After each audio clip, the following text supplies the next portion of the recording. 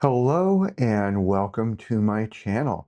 My name is Peter Abraham. I am a second career registered nurse with various nursing experience, but extensively in hospice and palliative care. I'm also an end-of-life doula, sometimes referred to as a transition coach, life transition support guide. We help those who are chronically ill, terminally ill, as well as those who are healthy and well, who want to pre-plan the trajectory of their life as best they can with whatever circumstances they're in a non-judgmental way.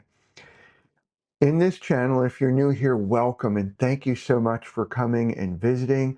I appreciate everyone that I encounter the overwhelming majority of the time. I am weird and I am quirky. I am neurodivergent, and that's okay. In this channel, we talk about death and dying. We're all going to die. That is our final trajectory, whether we like it or not. We talk about tips for my fellow hospice and palliative care nurses. A few days ago, I did a video on here are questions that should be asked to the families, caregivers, the patient if they're cognitively able, that will help establish if they have a terminal prognosis and help sell, for lack of better words, to the medical director, this person really needs our care. So I'll have videos for nurses. I'll have videos for my end-of-life doulas. And like today's topic, I'll have videos that would fit a lot of small businesses and nonprofits. One of my vision statement for Compassion Crossing LLC is that in the medium to not too distant future, there's going to be an umbrella nonprofit over, so two organizations, the nonprofit and then Compassion Crossing LLC, because it is my goal, my heart, my desire that no one in Madison County, Kentucky, and the surrounding area, to whatever area I and others I connect to can reach, should die alone or without enough support because of the inability to pay. Their socioeconomic position in life should not determine how much support, love, and care, compassion, and empathy they receive. So that's my vision. And so we talk about things like that. We talk about anticipatory grief and grieving. And I'm so grateful for all of you who come and watch. I cannot stop talking enough about the International Dual Life Movement. I taught a CE class. I'm now a part-time instructor there. I taught a CE class on hospice eligibility, and I have one coming up. I'm not sure if it's going to be in July or August. This will be a ticketed event for the public. So if you're not an IDLM student, this event, which will be going over how is dementia different when it comes to hospice? How do we know the timing of it so they're not bouncing back and forth? And that's going to be a 1 hour class. It's going to be a ticket event, which means, yes, it will be a pay for event. I have no idea what the price is. I'm not in charge, but I'm so excited about that. So for today's topic, I had the wonderful opportunity on Thursday evening of June 26, 2025, to participate in a 2 hour long. So this, just word of warning, this is going to be, if you thought my other videos were long, this is going to knock them off. I'm not doing that on purpose. It was a 2 hour session. And I received permission from both Donna Angel, if I'm pronouncing her last name correctly, of the Berea Small Business Development Committee, as well as James Williams, the person who presented, that I could record the entire session. And I did record the entire session. I'm just doing some housekeeping right now. So, couple things. Number one, the camera for the most part is focused on the screen because I did not want to violate anyone's individual personal privacy for those who attended. You will hear their voices, but you'll not see their faces because I did not want to deal with the situation of, yes, I have released paperwork, but I didn't want to say, what if I had somebody say no? So I'd rather ask for forgiveness after the fact, and I thought the best way to do this from an ethical, moral, and legal perspective is I'm going to focus on the screen. I did at times try to capture the speaker and Donna, but the main focus is on the screen. For anyone interested, I was using my Alonzi in tripod mode, and it worked out rather well. So number one, it's focused on the screen. Number two, a lesson I did not know about until yesterday evening is that if you have your camera looking at certain types of monitors, you're going to see the refresh screen of the monitor. I apologize for that in advance. At this point in time, I don't know how to prevent that from future occurrences, so just letting you know. But it's mainly going to be what you're hearing in addition to what you're seeing. What you're hearing in addition to what you're seeing. Now, James, the speaker, did say he's going to get an email copy of the handout. They originally did a handout that went with. No, let's let that autofocus. So they originally did give a handout, but as we're going through the class last night, it came out to be that the handout was not only not in order, but a lot of pieces missing. So once I do get that handout, and when I say pieces missing, the presentation covers everything that was there. It's just that we could have, um, I guess you could say, memories to keep. And I'm so thankful my daughter for Father's Day. Thank you, Brittany. You know, I took notes. And once I get to a point where I could put something in writing myself and take what they have available, I'll see if I could upload that to compassioncrossing.info to those who are interested. So before much further, because this will be long, I just wanted to give you an introduction that this is going to be a live presentation. I mentioned the screen refresh. So you'll see lines going up and down. That's the screen. Don't know how to fix that on that end. Towards the very end, another lesson I learned, and I'm so thankful I came prepared. I had a spare battery for the camera with me. But about an hour, 45 minutes into this 2-hour presentation, the battery died. And I'm so grateful for so many things, is that it actually died at a calm moment. So I'm quickly, and I mentioned I got the foul cam mounting stuff. So it was like quickly dismount, turn the camera upside down, replace the battery, and we're talking 90 seconds probably. And most of that was calm. So that's going to be part of the issue as well towards the end. Um, I'm not going to do an outro. So at the end of the presentation, there won't be an outro with me speaking. I value your time. I'm hoping you get value out of the presentation. And keep in mind, I shared, I'm not going to be following the person around. And James, I was smiling a lot through this because I'm a pacer. And so I'll walk around, and he was walking around that room.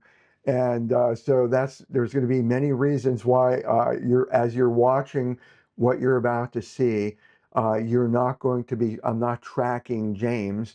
I'm doing my best to capture the audio. The audio might get dim at times. I do not have a boom mic yet. And even with a boom mic, it's directional. So what I ended up doing is I use the DJI Mic Mini. You know, so you have one of these. I have one on me now. And I actually pointed that in the best area and kept it there.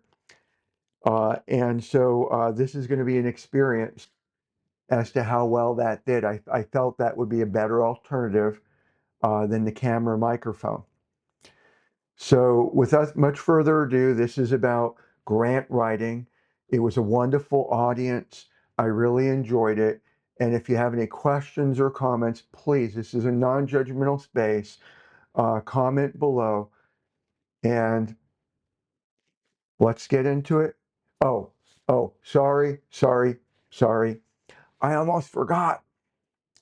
The hallmark for this channel, or for my opinion only, I strongly believe that every day, without exception, now granted there's going to be fine print somewhere, practice resilience, practice skills of resilience. So for me, that involves several things. I know everybody's not going to be into everything I am. You do you. For me, it's faith, and not in the Bible. I'm just using that as a symbol. It's faith. It's working through forgiveness. Aspen, who from IDLM, gave me another one. Thank you, Aspen, if you're watching this. Thank you. I cannot.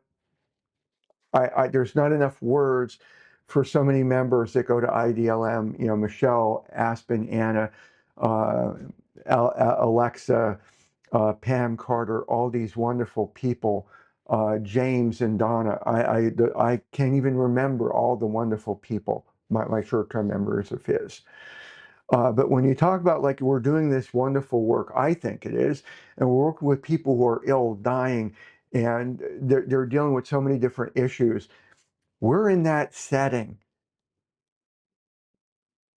and we would literally have to be robots not to be impacted.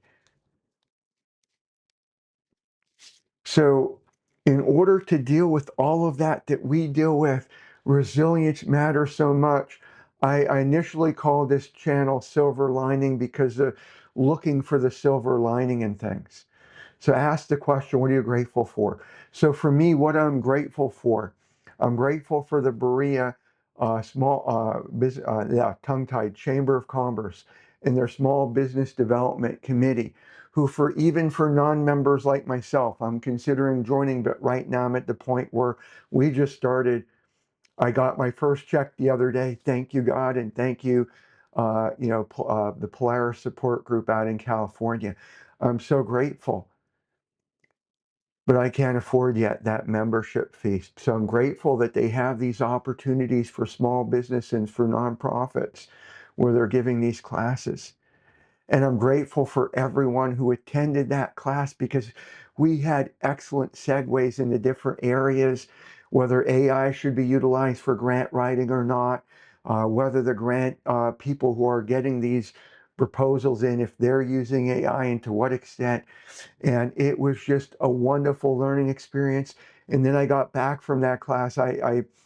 My only frustration is it ran long, which was okay. I'm verbose. Most of you know that by now, if you've watched any of my videos. But I needed to leave because I had this 8 o'clock class coming that I was teaching on hospice eligibility from my fellow doulas at IDLM. And so I wanted to get home and set that up, and I was pressing the mark. Anna's texting me, am I there? Am I going to make it?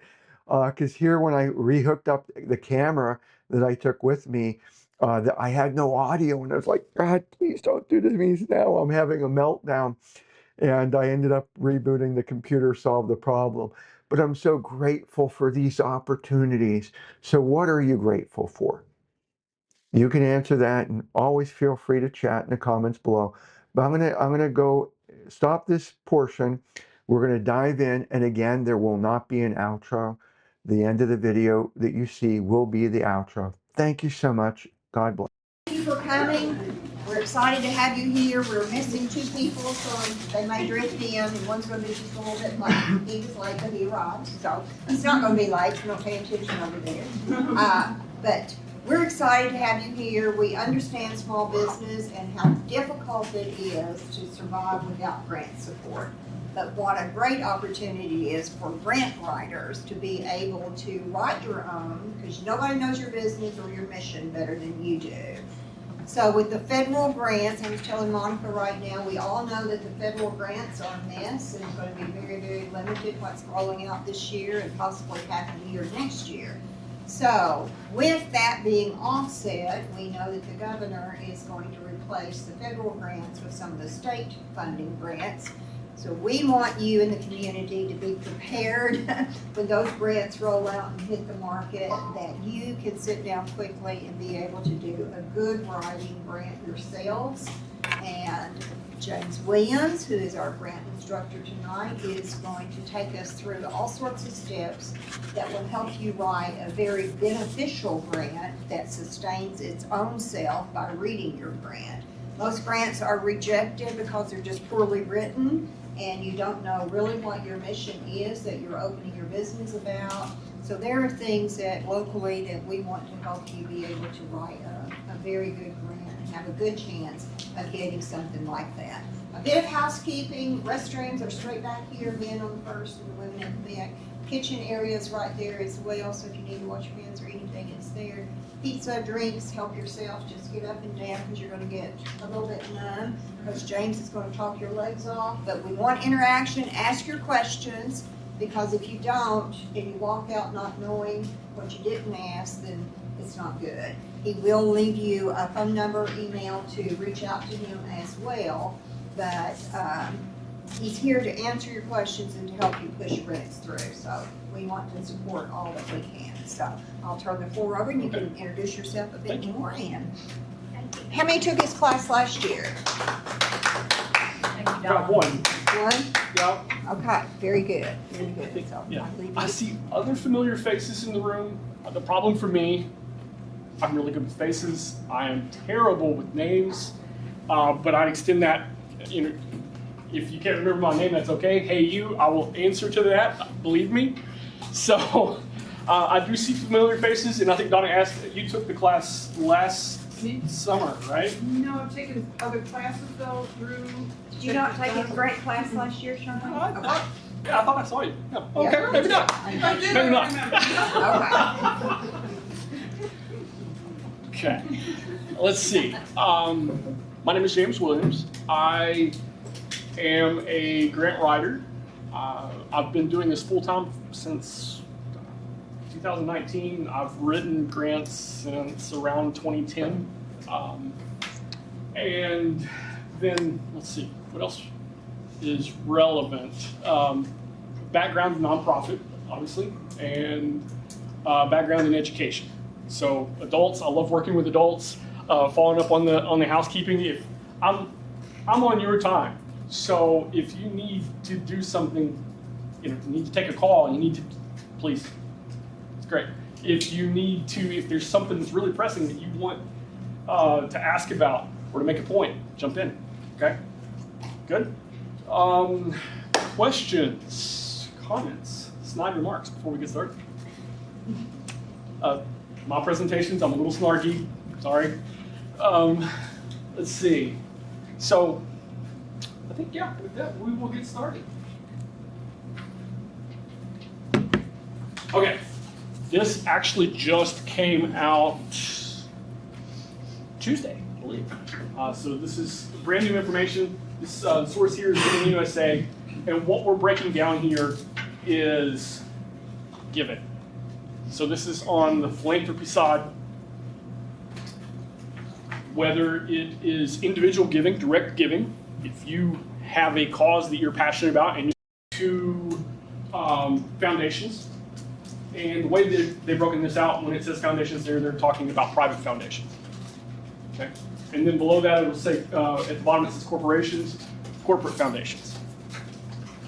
So I'm still actually trying to digest this information as well. But I thought it was, as soon as I saw it, I really wanted to add that to the presentation. It's really important, I think, that we track how wealth is being transferred and what avenues nonprofit organizations and small businesses have to accessing that money. So actually that leads me to a question. Already, I'm so sorry. No.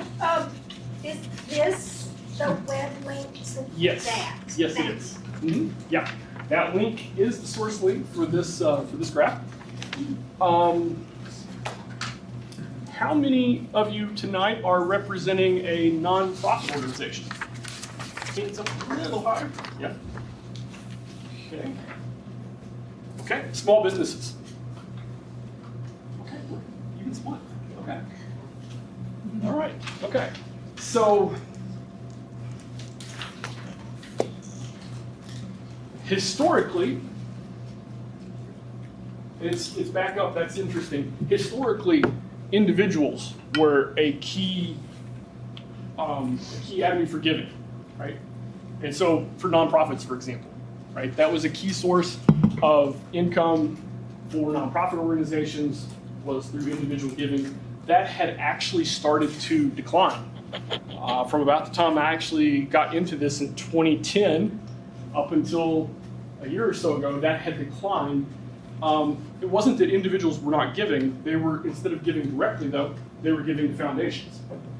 And so one of the things that I'm trying to digest as I look at this is what that means, because there was a 10-year trend, roughly, a little over that, and it's changed. And I'm curious as to why.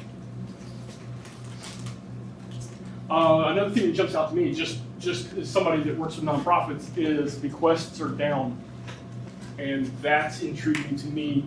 We're still in the midst of a massive wealth transfer in the United States as baby boomers transfer their wealth to the next generations. And so I'm really intrigued as to why that number is dropping. I don't know what that signals exactly right now, but I'm curious about that.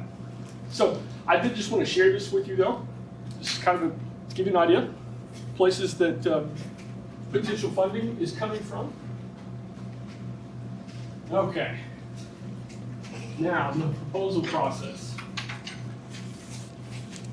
I'm really going to just keep it, I've seen, like I would skim through as I was working on this presentation, steps to writing a grant, and I would, if you run through the internet searches, you're going to get stuff that says, here are the 9 key steps, here are the 10 steps, here are 7 steps, here are maybe 4.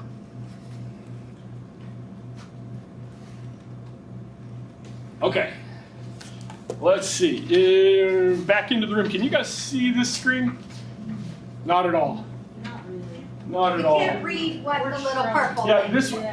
Okay, this one. That's why I asked you. Hopefully this is the only one that does this to me.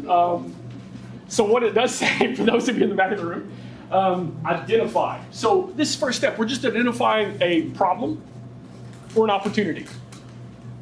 Okay. A lot of times with nonprofit organizations, for example, you're looking at a community and you are finding a problem maybe that you can address, right? So that's just step 1 here. There's a problem that needs to be addressed.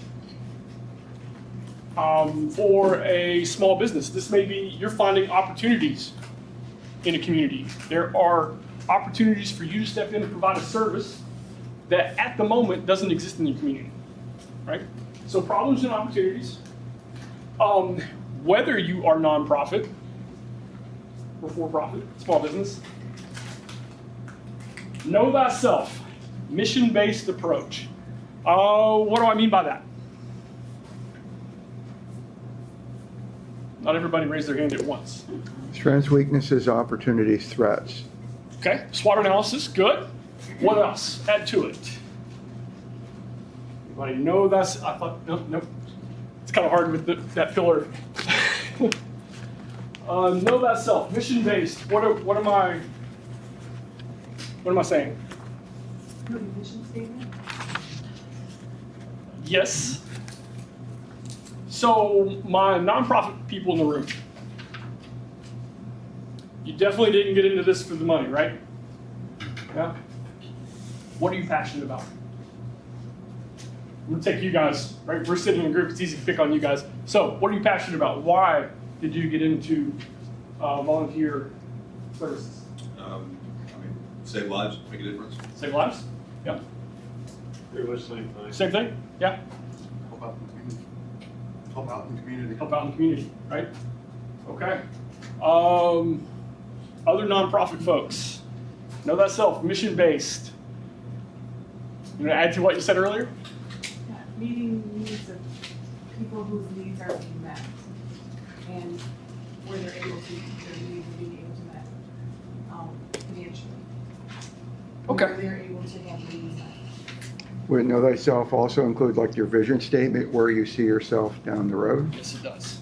Absolutely. If I don't know how well your voice is carrying, so the question you asked back is, does know thyself also mean, are you thinking about your vision statement? Yes, absolutely. So when I say know thyself, I'm looking at How well do you understand your own mission? Your own vision for nonprofit communities? Like the organization that I'm going to use as an example most of tonight is a homelessness organization. So their vision is a community in which they've eradicated homelessness, right? How well do you know, how well can you advance your vision?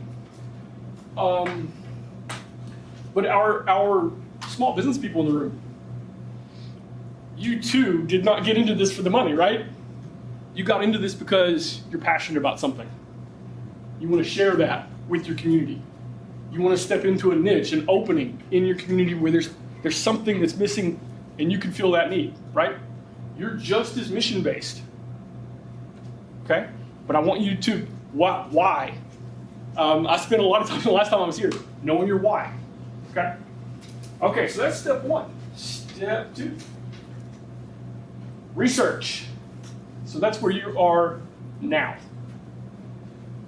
Identify potential funders, research funding priorities, and application requirements.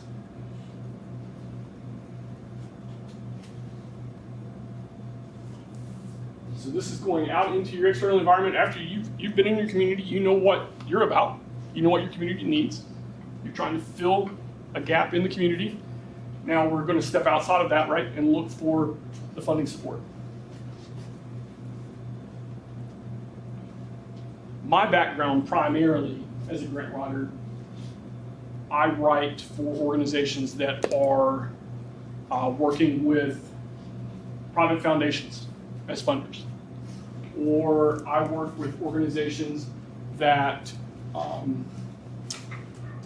request funding support from corporate foundations. So large corporations, say like, we submitted just yesterday for Bank of America.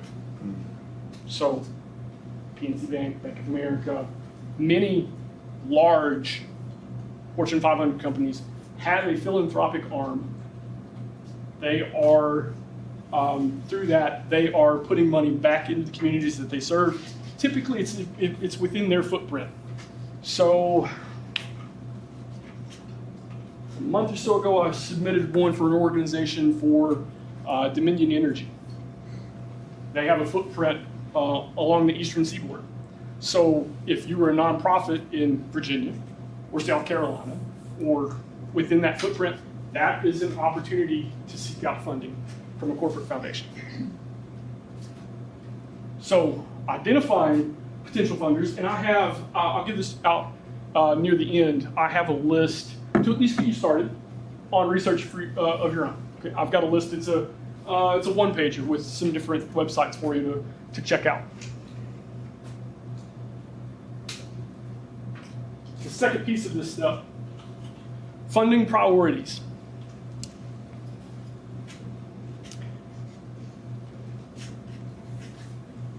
It's an incredibly competitive environment. It's important that as someone pursuing funding, that you are finding opportunities that align with what you do, right? That there's a really close alignment. Because on the other side, the funders have a finite amount of money that they can invest into their communities, right? And they're hoping to get the largest return on investment that they possibly can from that investment. And so they are doing the same thing that we're talking about right now.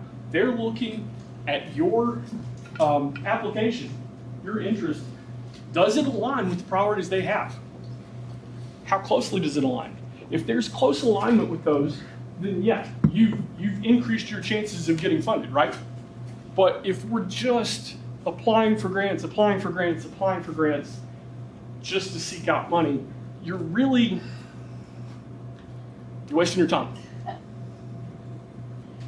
Okay? It's so competitive anyway, even when you are closely aligned with their funding priorities, it is such a competitive environment that as you start writing, which leads me to a quick question, how many of you have written a grant?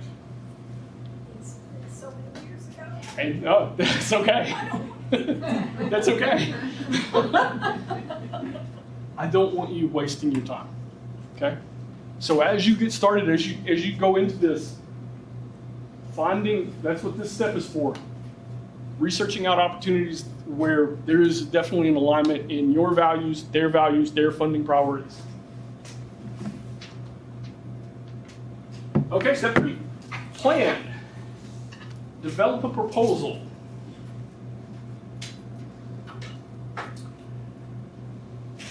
So this is the nuts and bolts part, right? Step 1, we know we have a capacity to do something, and we see that there's a problem in the community that we can help address, we can fill a need. It's an organization that addresses homelessness. There's homelessness in a community, they can step in and fill that need. Maybe it's emergency shelter, maybe it's transitional housing, right? They see an opportunity where they can step in and help. You see an opportunity in your community where you can step in and help. Here, though, is we're actually starting to work out what that is going to look like, okay? If you are, I'm gonna pick on you guys again, your services aren't really changing, right? We're not developing new programs, and we're providing maybe some education in the community, right?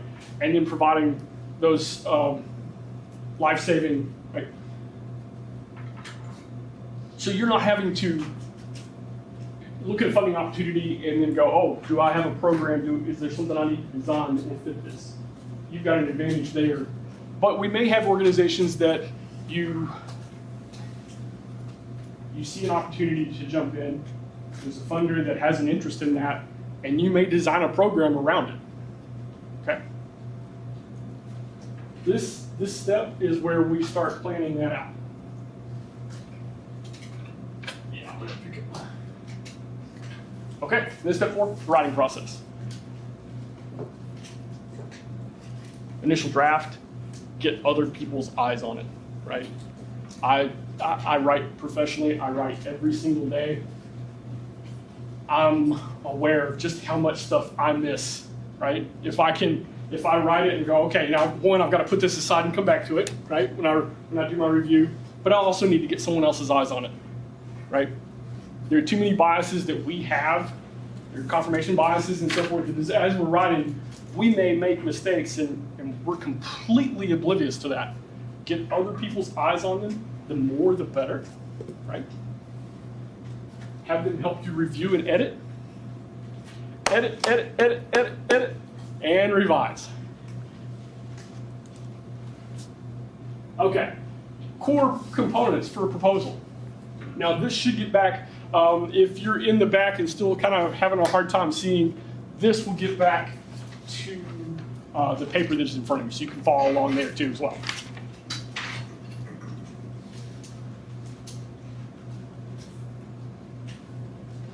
There's an idea called the Common Grant application. These items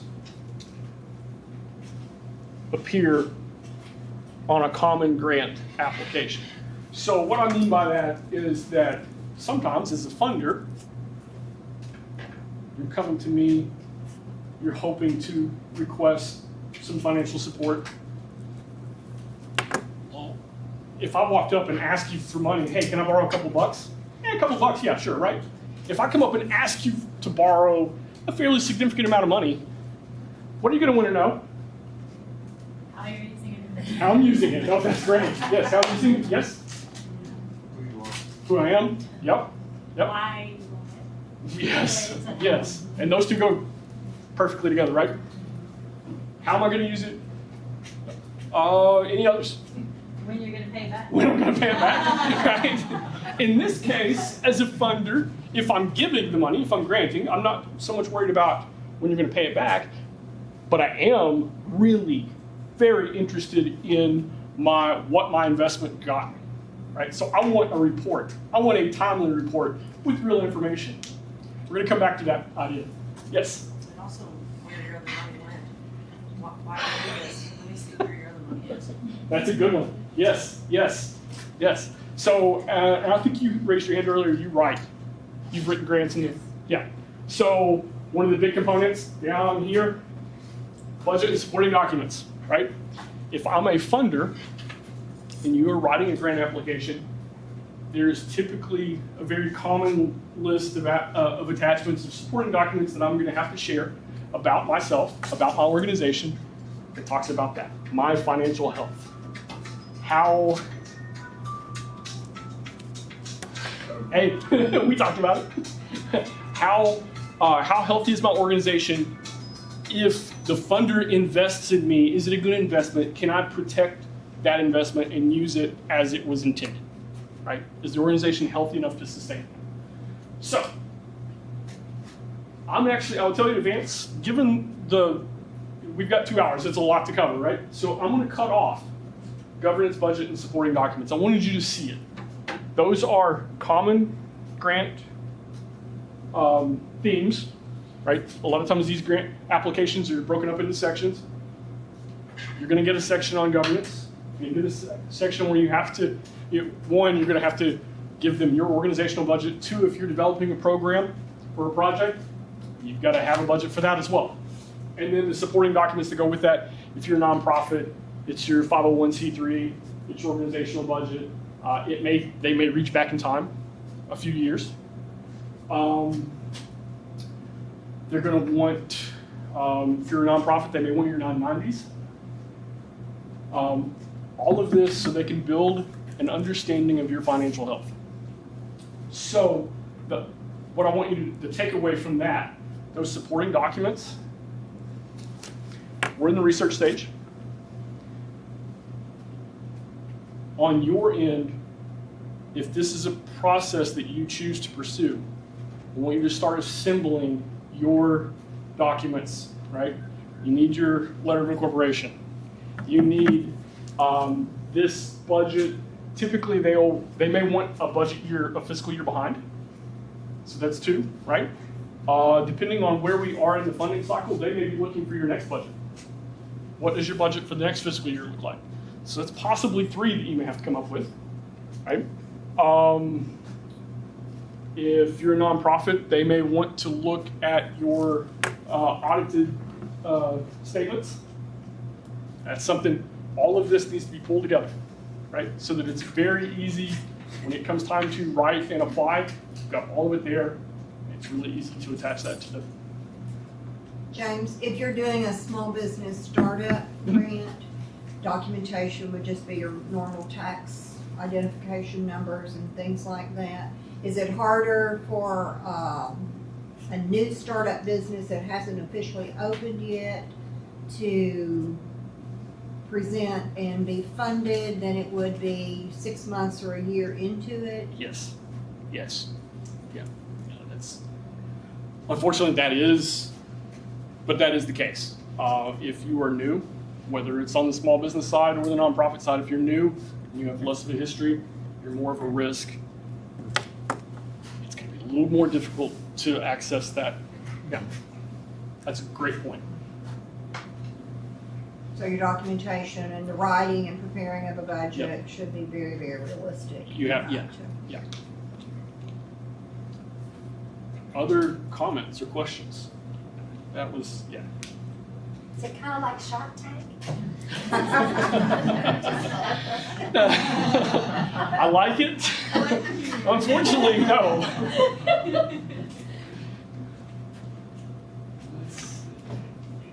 Maybe we could start, Laura, doing some pitches and getting some private investors involved. Well, there are some places that specifically serve new startups, but it is a little different. Like SOAR is a local kind of regional resource, and that's their target audience, and they do provide funding, but it is in a different environment where you're doing like the pitch. I love it. Source great.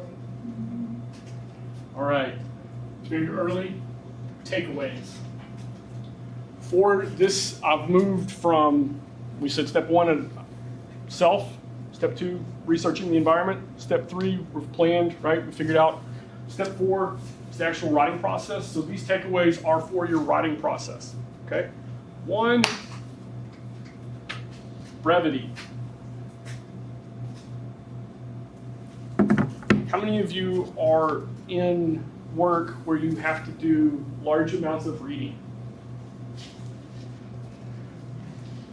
So if I sent you a 30-page application, would you be ready to read it?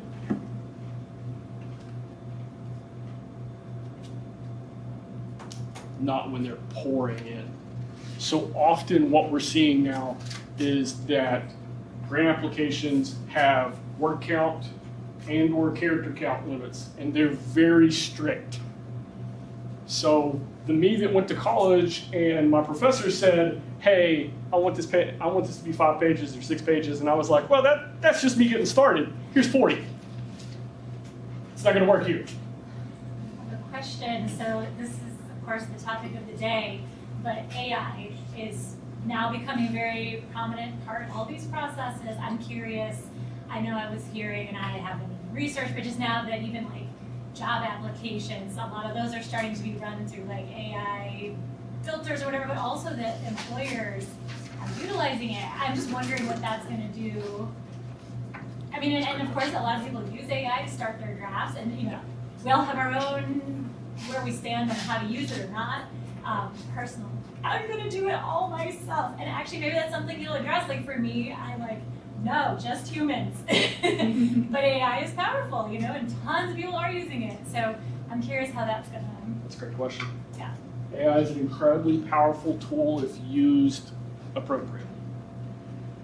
For grant writing, well, we all carry these things around, right?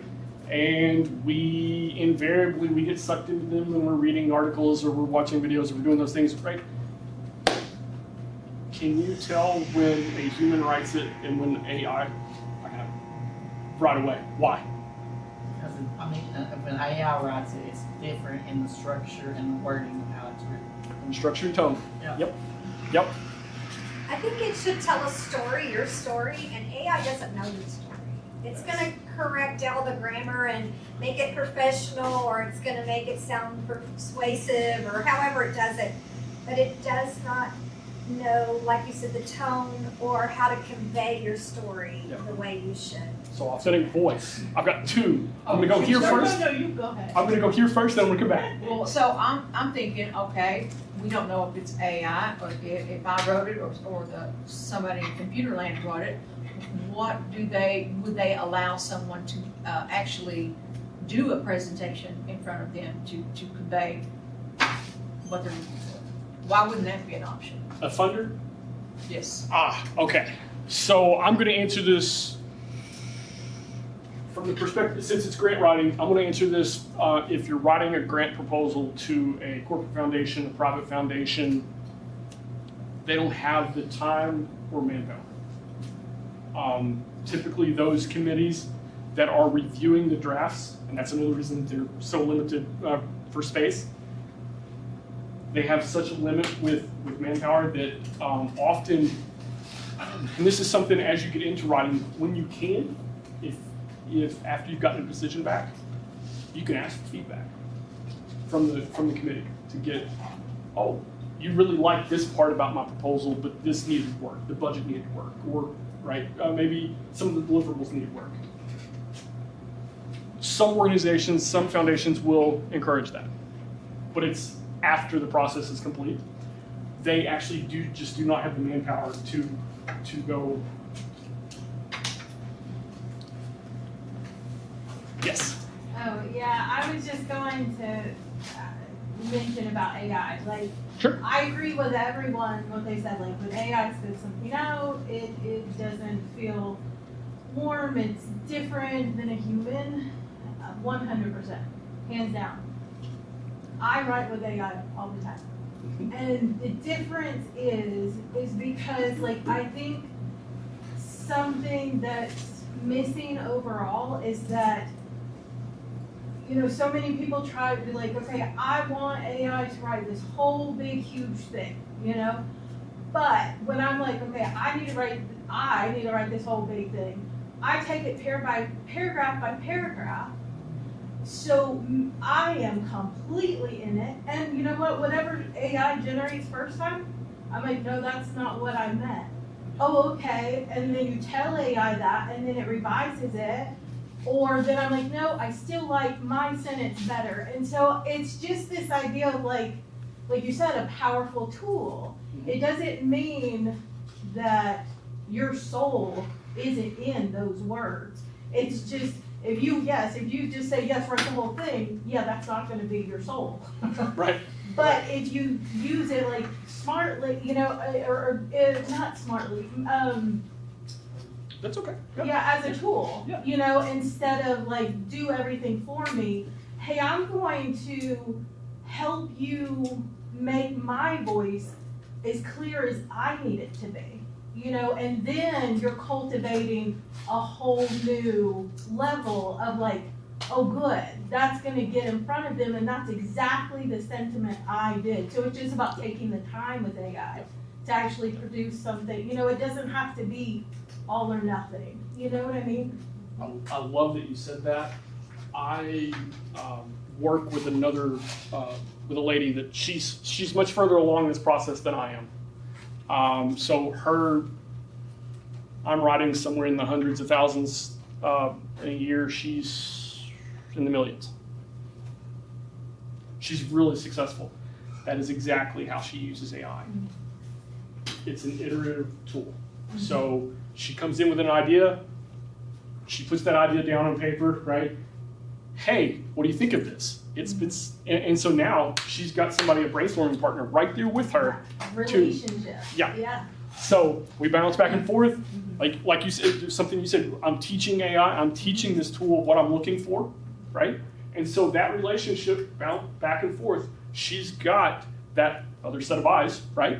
That's looking at this, and she's able to, whether it's I liked the way I expressed this concept better myself, or it gives her feedback and she goes, oh, maybe she didn't take what it came back with, but that spurred additional ideas for her.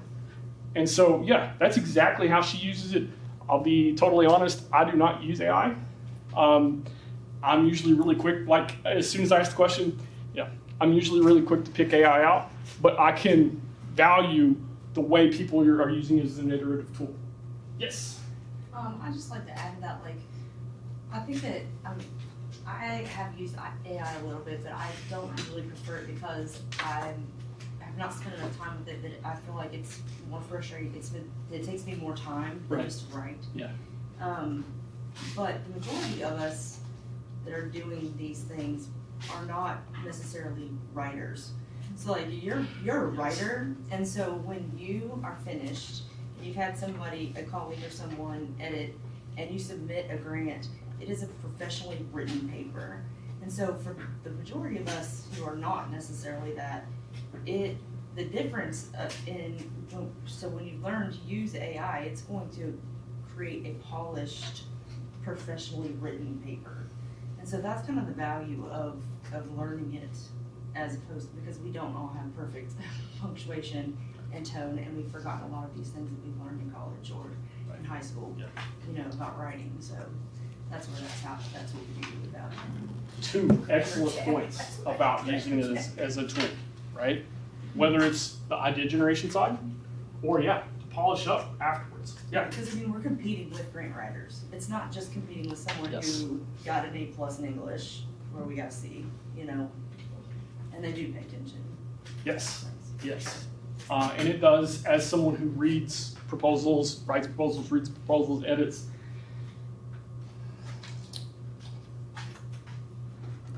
Tone and voice jump out to me really quickly. Grammar jumps out to me really quickly too. And if I read a proposal that's a little shaky grammatically, I have a bias, right? And that's going to hurt that proposal. Yeah, you're right. So those are two really good defenses, two really good ways to use AI to help your writing. I would use them, like I said, I'm really leery for those reasons, tone, voice,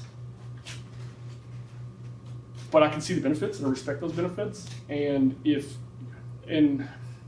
you're writing for yourself, right? What else are you doing today? Donna gave me her schedule earlier today.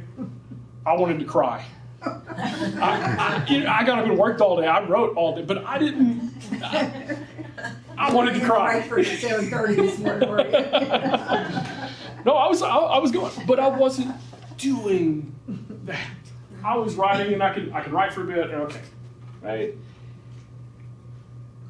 You live incredibly busy lives. Your organizations are incredibly demanding of your time. This is a tool that you can take advantage of. Yeah. Let's see, let me throw the rest of this. Yeah, there we go. Other thoughts before we jump back into this? I guess just like the last bookend of that, for people who decide like, okay, they don't want to use it. Like for me, I'm just personally like, I'm not going to use it. Do you think there are things we should be doing? Because again, it is very competitive. I don't know. To me, I think now, of course, college professors are using tools to make sure that papers are not using it. So it's like, are there going to be times where maybe, you do have to be careful? Like they're going to be looking for AI assisted, but maybe in the grant world that won't matter so much. I'm just curious if there are going to be things if you decide you don't want to use it. Do you think there are tips, or just that if that's your choice, that's what you do? And I think it is a choice. I also would tell you that as quickly as the technology is moving, that it's a decision that you're going to have to come back and revisit on a regular basis. And it may change over time. And that's I would okay. guess that the grant entity, or I don't know how you call it, the people who give the grants, they're going to have to adapt too. And the technology is getting so sophisticated, eventually we may not be able to tell. Okay, you can write this to an AI, which is a little scary because, we hope that humans value our own creativity and whatnot.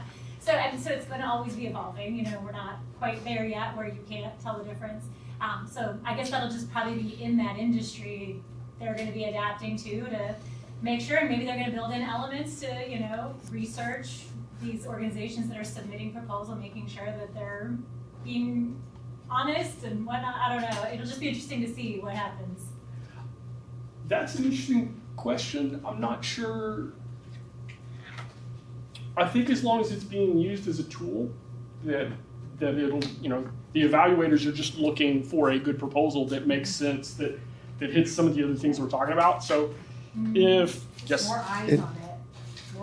Yeah. Well, right. Also, I feel like when you think of, let's say, that we're essentially talking about solving problems. Yeah. And so when you're writing this proposal, you're using your ideas. But when you start incorporating AI, that's generating, millions and millions of other, it's bringing this information. It makes you wonder. You can lose some authenticity, but also you're losing, did this idea really come from my organization? And like is this the solutions I'm finding? Anyway, it's just going to be really interesting to see.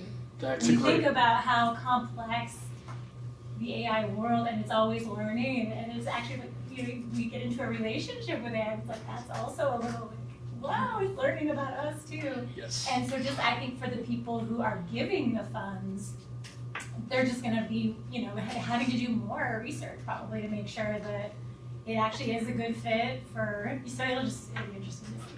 And they do, have you gotten much, you've responded a lot as far as writing, have you gotten much feedback from foundations or potential funders? No.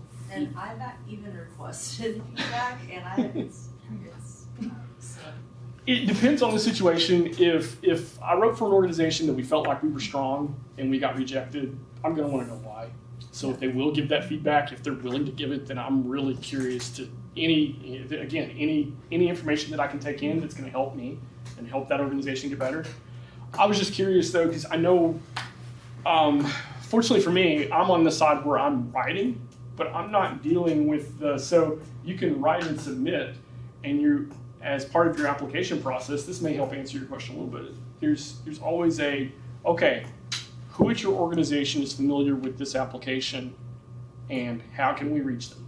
And then they're going to come back. You're going to be the person that they read the application and they had questions, they're coming to you, right? So it's not unusual for that to happen in a competitive process, and it's not necessarily a bad thing either. It's just for clarification, right? So sometimes the funder, you'll input that into your application, your funder will come back and talk to whoever that point of contact was. They will come back to them. And, okay, well, tell us a little bit more about this, or clarify this for us. So I don't know if that helps you completely, but. Yeah, no, it's going to be really interesting to see because, grant, it's so centered on writing and expression through writing, and that is exactly where AI can excel. So it's just going to be really interesting. Yes. I saw your hand come I up. was just going to say that as you're saying, like they get lots and lots of grants, there's going to come a point more likely sooner than later where the people receiving the grants may be using AI to screen what they go next. So it's just, to me, if you don't stay aware of what are the pros and the cons, and then there's also different language learning model systems out there. Most people know about ChatGPT, but there's also Perplexity, there's Claude, there's all different models out there. And some of the models write so close to human beings that fellow authors cannot detect that was this written by a human or by AI. Okay. Any last thoughts before we jump back? No? All right. So, with the writing process itself, brevity. One of the big mistakes that I see less experienced grant writers make is that they feel like they have to really sell, right? And when they start trying to do that, here come the adjectives and the adverbs. Right? We get really descriptive. Don't. We want to eliminate as much extraneous information as we can. So a lot of times in my editing, that's one of the things I'm doing. If I've got a character count or a word count, I'll write something, come back to it and go, okay, now what can I eliminate? Okay, that word, it's extraneous. This word's, yeah, it's just an adjective. Nope, don't need it. You want something that's very detailed and very specific, as tightly as we possibly can, and actually those descriptors can get in the way. So if you've come this far and you've written, you're like, I'm not really that creative, I'm not really that descriptive, it's actually a benefit here, okay? So I want that to be one of the things you do. Be brief, be very direct, be very specific, stay in active voice. Active voice, did that one make, I got a lot of nods, but I want to make sure. Yeah, that's so hard. So that's the hardest thing for me. I'm just like, oh my gosh. And the other writers in the room, what's kind of, I'm curious about this, what's your rule of thumb for active versus passive voice? And I know I looked at you, but I've got a bunch of writers in the room, so jump in. Well, it's kind of easy for me because my undergrad was in psychology. So I'm an APA writer. You're an APA writer, and so my brain just does that. Yep. I have to use Grammarly, just and it'll say, please rewrite this in the accent. It always gives me a little bubble, and I'm like, oh, crap, I didn't get. Well, the way I'm seeing this is AI's gonna write the grant. And AI's gonna write it. And then you're gonna turn it into whoever they are, and their AI. So in essence, that's the sum of the whole thing. That's the sum. Let's see. It is 6 o'clock. Let's all go home.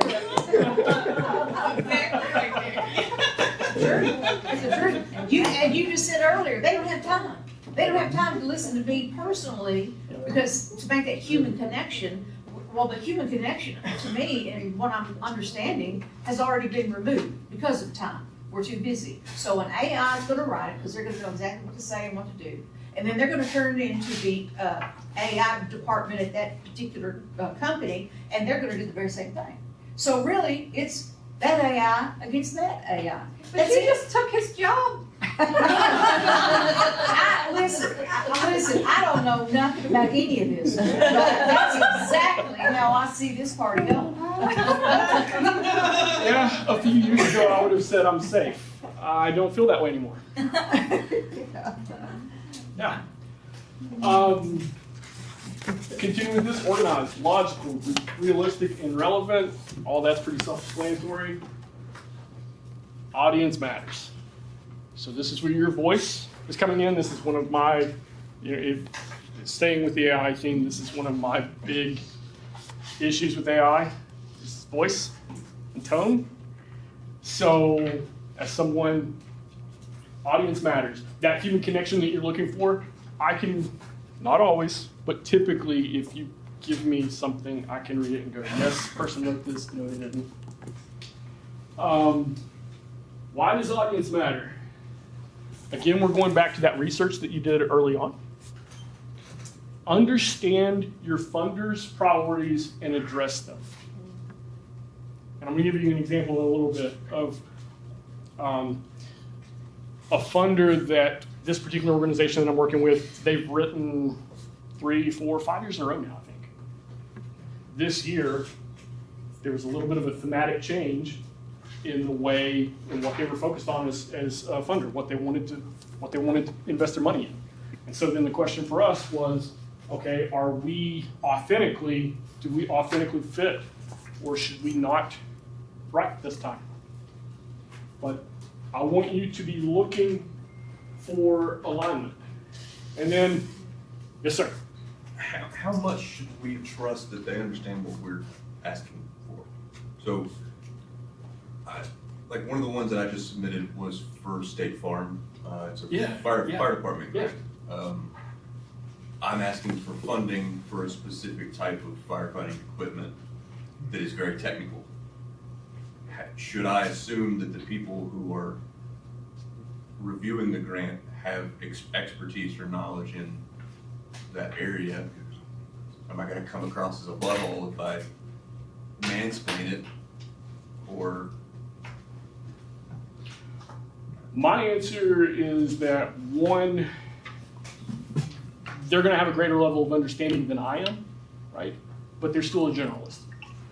So if you need to explain why you need a specific piece of equipment versus something else, I don't have an issue with that. Because as long as you can connect it to, here's the project that I'm working on, here's the problem that it addresses, here's why this piece is so critical for that. Yeah, I don't think explaining that is, no. Other thoughts though, because I do have other writers that are. So like understanding the funder's priorities and address them. Like I always kind of struggle with that. Like I see the alignment, so like I think about like our piece and how that aligns in my head. Mm-hmm. But like, should I also talk about them? Like, should I on paper draw that? It's a great question. I do it. Okay. I do it. Yeah. So if I come across a funder, yeah. This is one of your pillars. This is. I will, because, and this actually dovetails off your question, it's not in the expertise maybe, that, from that perspective, but I want to make sure that I leave no doubt. So when I'm writing, if I find, yeah, I will highlight it. Because in adding to that, you said earlier, you wanted to find places that have grants that fit with their program. So I can see where you're saying, how much do you say, well, this is what I need, this is what it is, and then fitting it into, and now this is why I'm addressing you. Yes. I liked your question, so can you still expound on that, because I'm still. No, that's fine. So we may have slightly different philosophy there. I will go ahead and highlight that for them. If I come across it, and hopefully when we move through, there'll be a chance, if it'll pop back up in my mind, memory's not so great. But I do. Any chance that if I can find that linkage and make it for them, go, hey, look, here are your priorities. This is exactly how our programming aligns with those programs or priorities. Mm-hmm. I do it, and I'll make that explicit linkage. Yeah. I guess because ultimately with the proposal, you're basically highlighting how they're going to benefit because they're going to get the return, by funding your project, it's directly benefiting them. I mean, that's really ultimately the goal, I guess, because obviously. Yeah.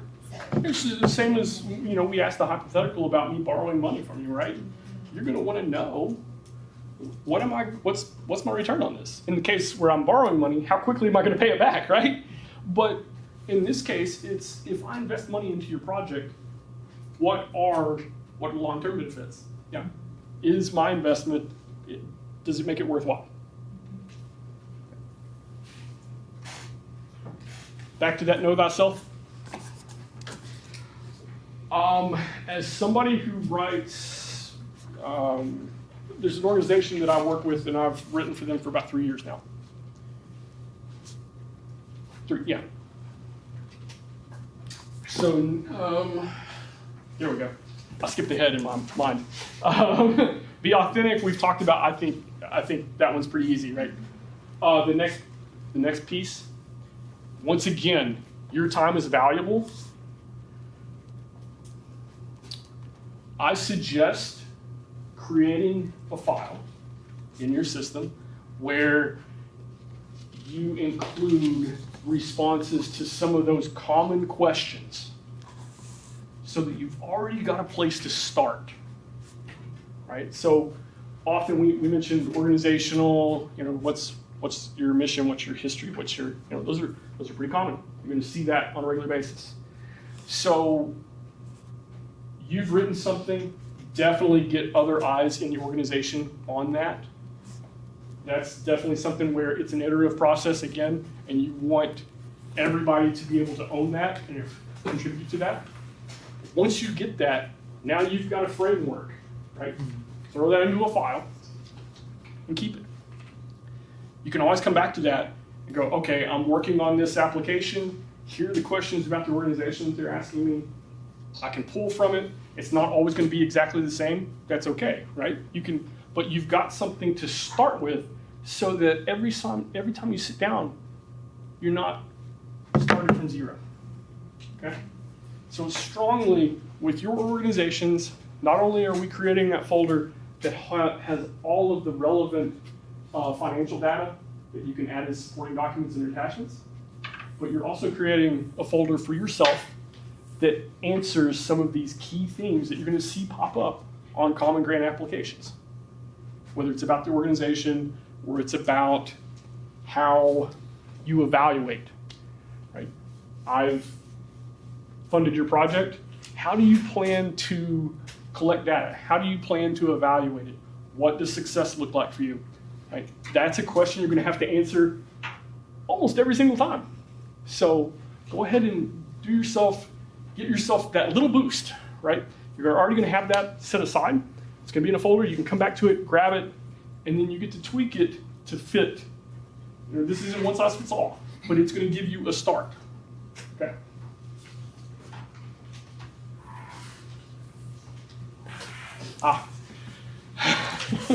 Forgot where it was, but this may help.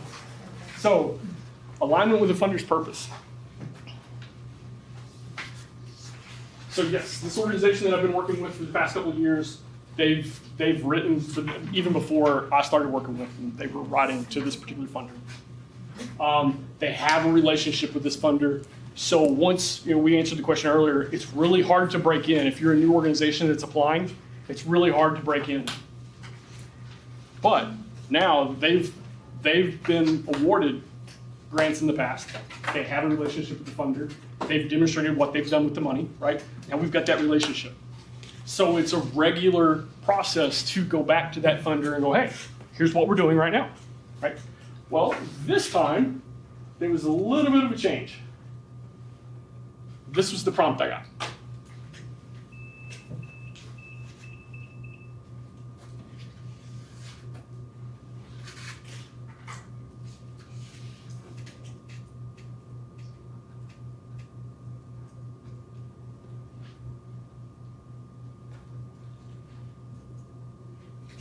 I highlight this because, again,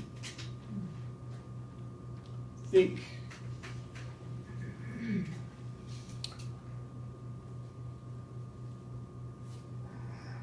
former college student, right? Get this on an assignment in a class and BS my way through it. Writing to an organization requesting continued support with an organization that we've built a relationship with. Is that a good idea? I want to make sure that we stay authentic. So sometimes it is okay to sit out a funding cycle if there's something in the way that they're approaching a particular funding cycle, maybe my organization, this time my organization fit. I saw the prompt and went, oh, that's new. But what our organization was doing fit within this. There was definitely a mental health component to the project. I ran with it. But I saw it, it raised the flag right away. I want you to be authentic, always, even if that means sitting out a funding cycle. Okay? That makes sense. I got a little pause there. My face is this way because I got lost in the papers and then I missed what your actual question was, so I'm like lost briefly. Ah. Because my next page says the word past and I'm confused. Sorry. That's what's going on. That just messed it up. Yeah, we don't have that one. Well, it's not so much that I don't have that screen, that slide, it's just that my front page is takeaways at the end, and Yep. it's bullet points, but then Yep. when you flip the page, it's just the word past. I don't know if something when it printed, I don't know if it may have skipped. Because what I tried to do, I actually did this last. And so I went back through the presentation and I would just go, okay, this slide is, and I would grab ideas and throw them. So I wonder if I have deleted something. Possible? Or, but you're right, those two ideas. Maybe I was missing a page or No, something. no, and I no. was lost. It's, I think I Takeaways are off on the That's back. probably me printing. I don't have it that. may have been something from the print. Okay. You've got all the emails. I'll reprint. So we don't have to reprint though. I can Email it to me. I can email it out. You Yep. guys want it, then I'll. Yep. How we doing? Okay. Okay, organizational information. Your opportunity to tell a potential funder who you are. Last time I talked, I've just lived right here. Mission and purpose. Mission and purpose, relevant organizational history, what you're doing now, what you've accomplished, what sets you apart. You're going to see, so different states have different common grant applications that they put out. And like I said, each different funder, sometimes they will go, yeah, let's use that common grant and make it easier on everyone. Or sometimes they go, no, we've got our own. So, you're going to see derivatives of these type of questions though in this thing when you're talking about your organization. The core that I want you to be exceptional at is your purpose, your mission.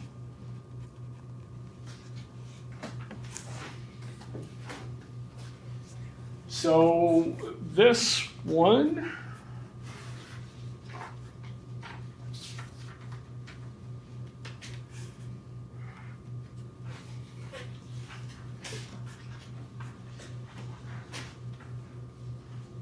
yeah, it seems like I don't know, when in the print, it just looks like it cut some stuff off, I'm not sure. So I will get that back out for you. This is a prompt I received, one question with multiple parts for organizational information. So they're asking for a lot, right? Brief description of history and mission.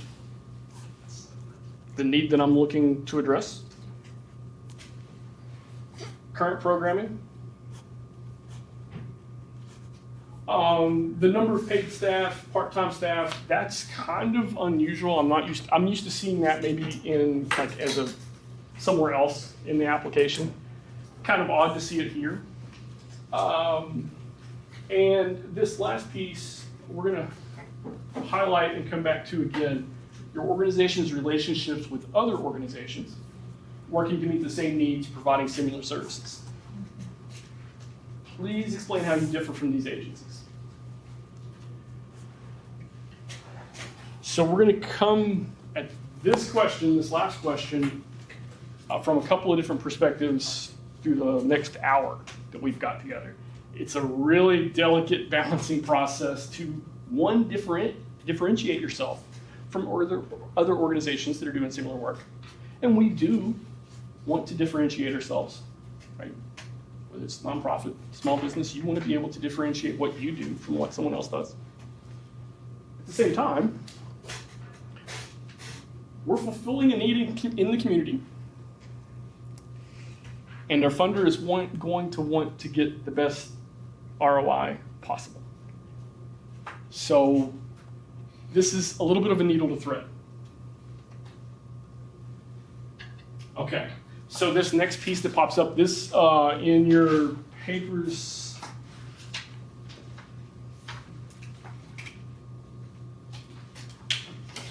I'm going to show you very quickly two different texts that are going to pop up. And that one is going to be really hard to read.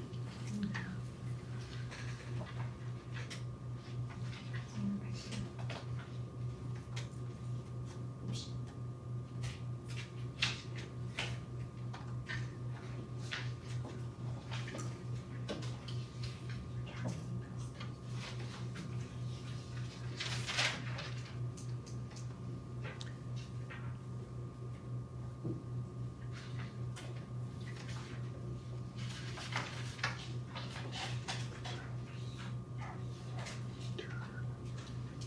There we go.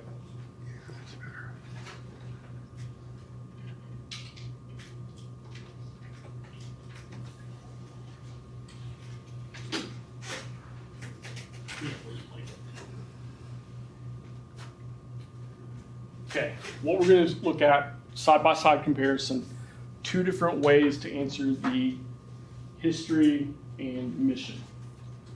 So, I don't know if we can all see that one. If you can read through that. Maybe you should just read it to us. Would that be okay? I mean, really. It's 'cause on I our can't- paper. Oh, it is? Okay, then make it, It's yeah. on our paper. Oh, at the What top, page is on the that? back side, yeah. It's on the back of the very first page. That's good. Both of the paragraphs are. Amen. Yes. And that is probably preferable to listening to me drone on about it.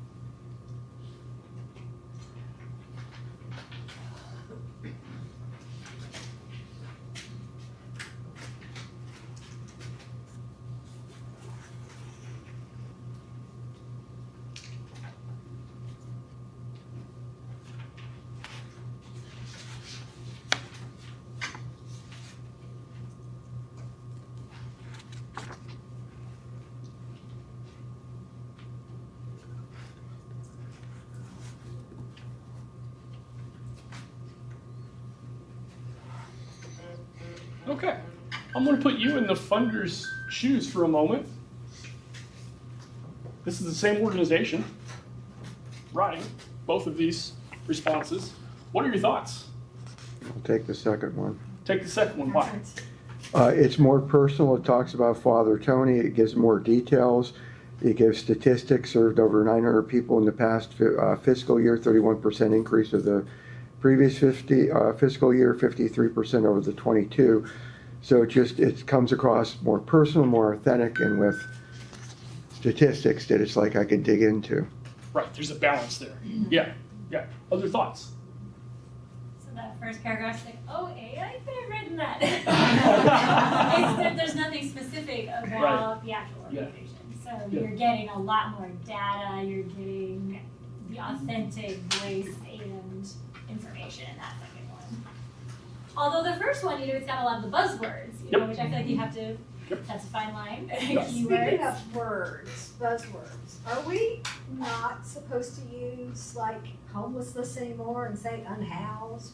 All these words are changing, and it's like, People experiencing homelessness. okay.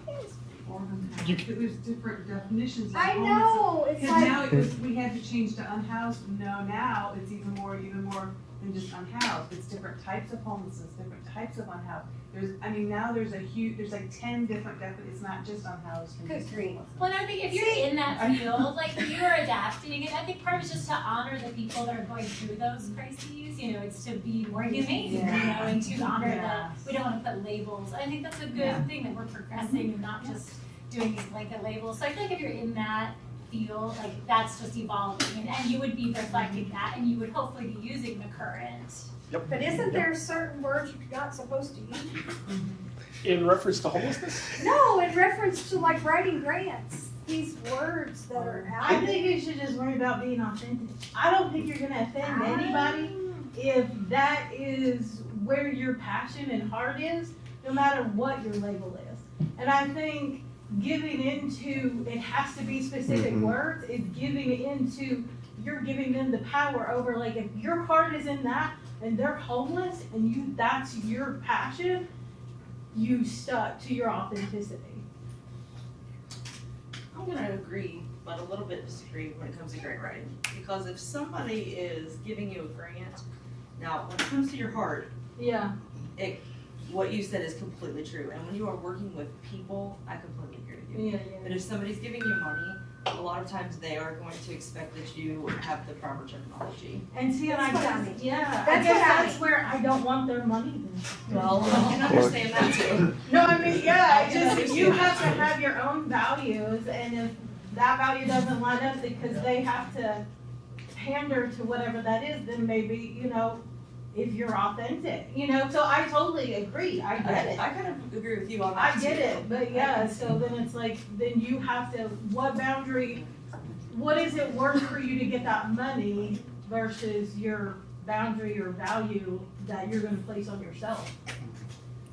Fair point. The organization needs your money. But I guess that's where you have the funder's purpose, and that's where the match occurs. Like if the values aren't aligning for whatever reason, then it's just not a good fit for the grant. Yep. It's true. And that's part of what I've been, there are, if you take nothing else out of this tonight, if it's not a good fit, don't write. Don't waste your time. Has anyone applied or, cause it hasn't been out maybe a month yet, but Verizon put out like $100,000 for community grants.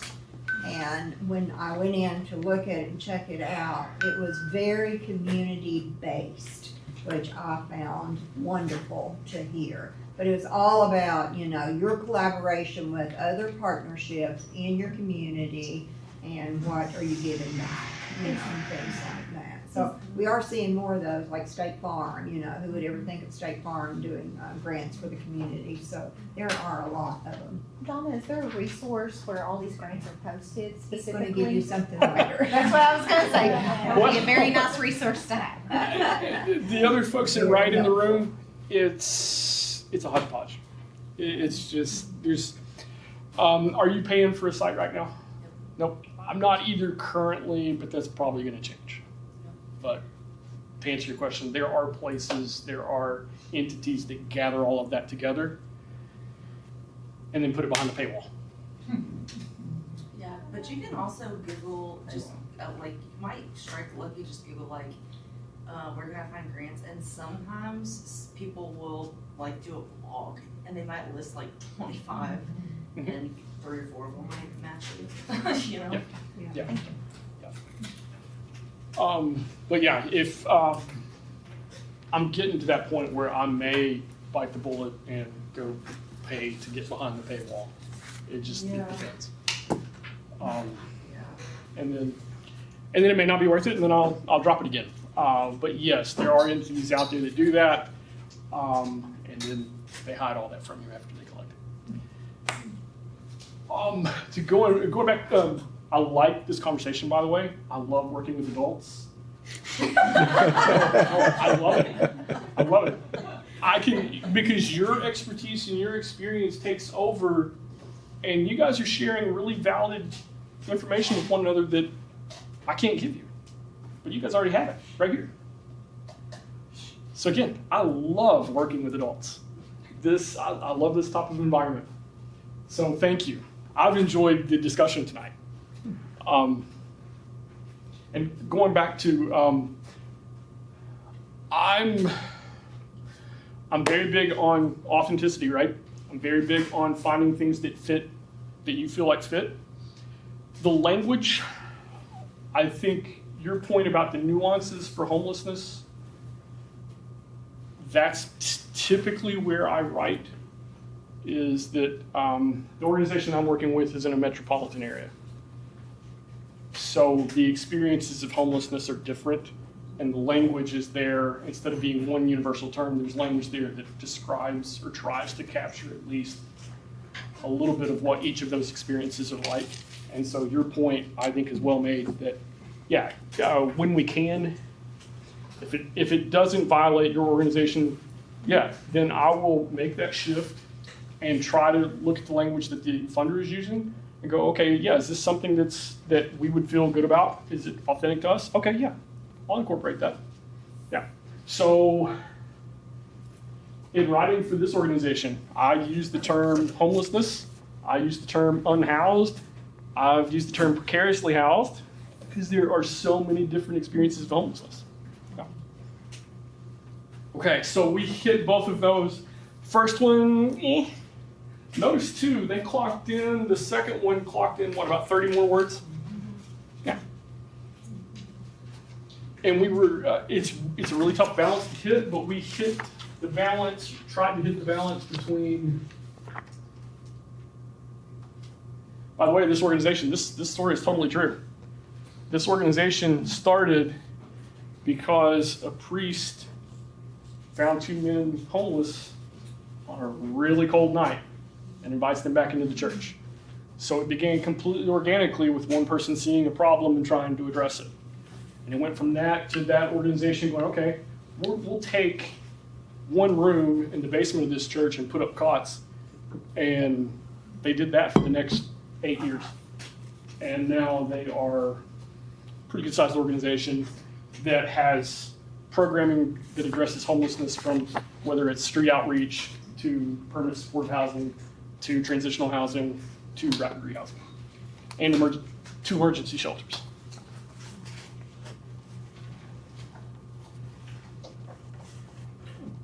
How much of the grant lingo do you recommend, like, regurgitating back to the? Okay, so if I'm looking at, so get me the way that I look at it, it's kind of like a resume, right? So if I'm going to apply for a job, I'm going to go and look at the application, and I'm going to see what they view as, like, these are the key characteristics of the person, and I'm going to try to, like, change my resume words to match the words that they're looking for.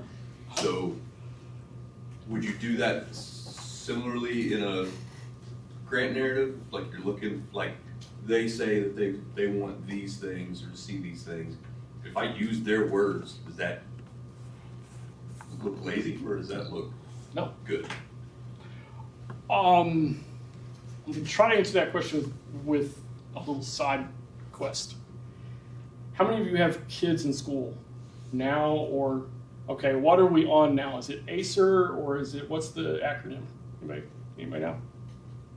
Or is it RACER or something like that? I don't know. But there's an acronym, and it's essentially when we're teaching kids to write, we teach them that idea.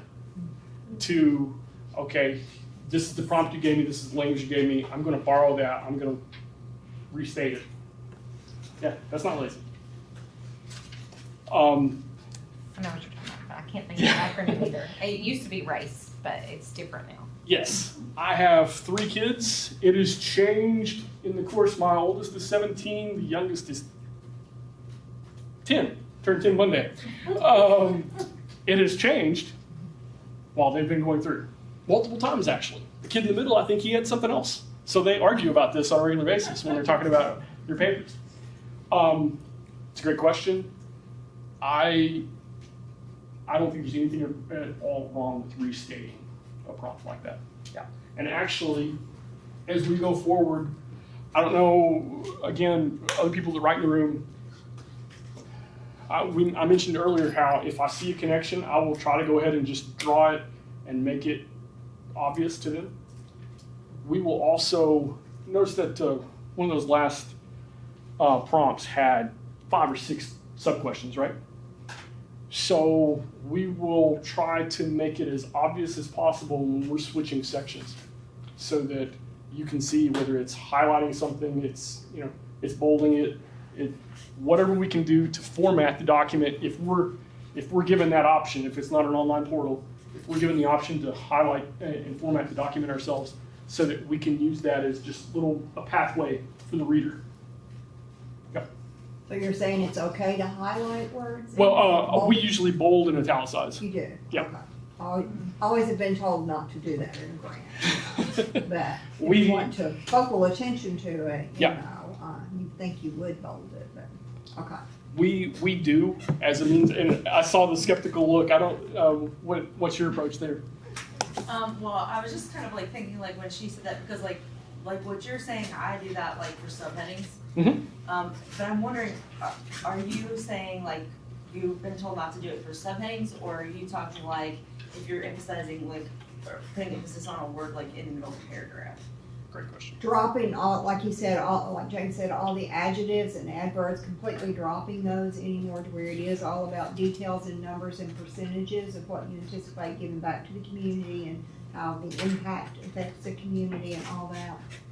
But totally not bolding anything in it, that it should be a more clarity, read and simply boldly put, but stated, but not any other words drawn out in bold attention, you know. Yeah, so like for me, like in the body, like I've never bolded or italicized anything other than just subheadings. So I don't know. Yeah. That would be fine, yeah.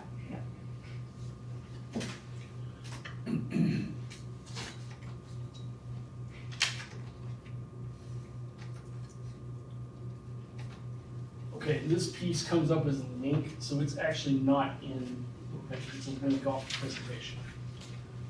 It is a link. I'll pop those questions up really quickly and then hit that link. So it was a really good segue actually, because this is what we do with a lot of hours right now.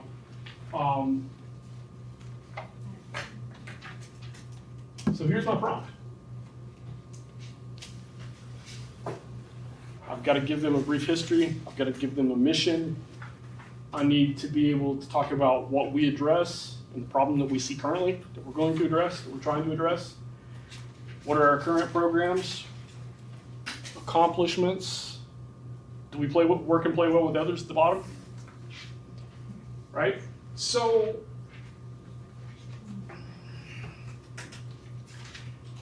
you've gotten you've gotten 2 or 3 different perspectives. If you're listening, you've gotten 2 or 3 different perspectives on how to do this. My approach, hit them with it. If I can highlight something, bold it, italicize it, to draw the eye to it, I'm going to.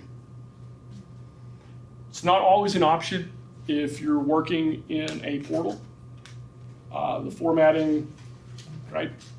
But when I can do it, say it's a letter of intent rather than I'm going to do this, because I know that they're reading so many of these proposals. So if they start skimming, I want them to hit what I want them to see.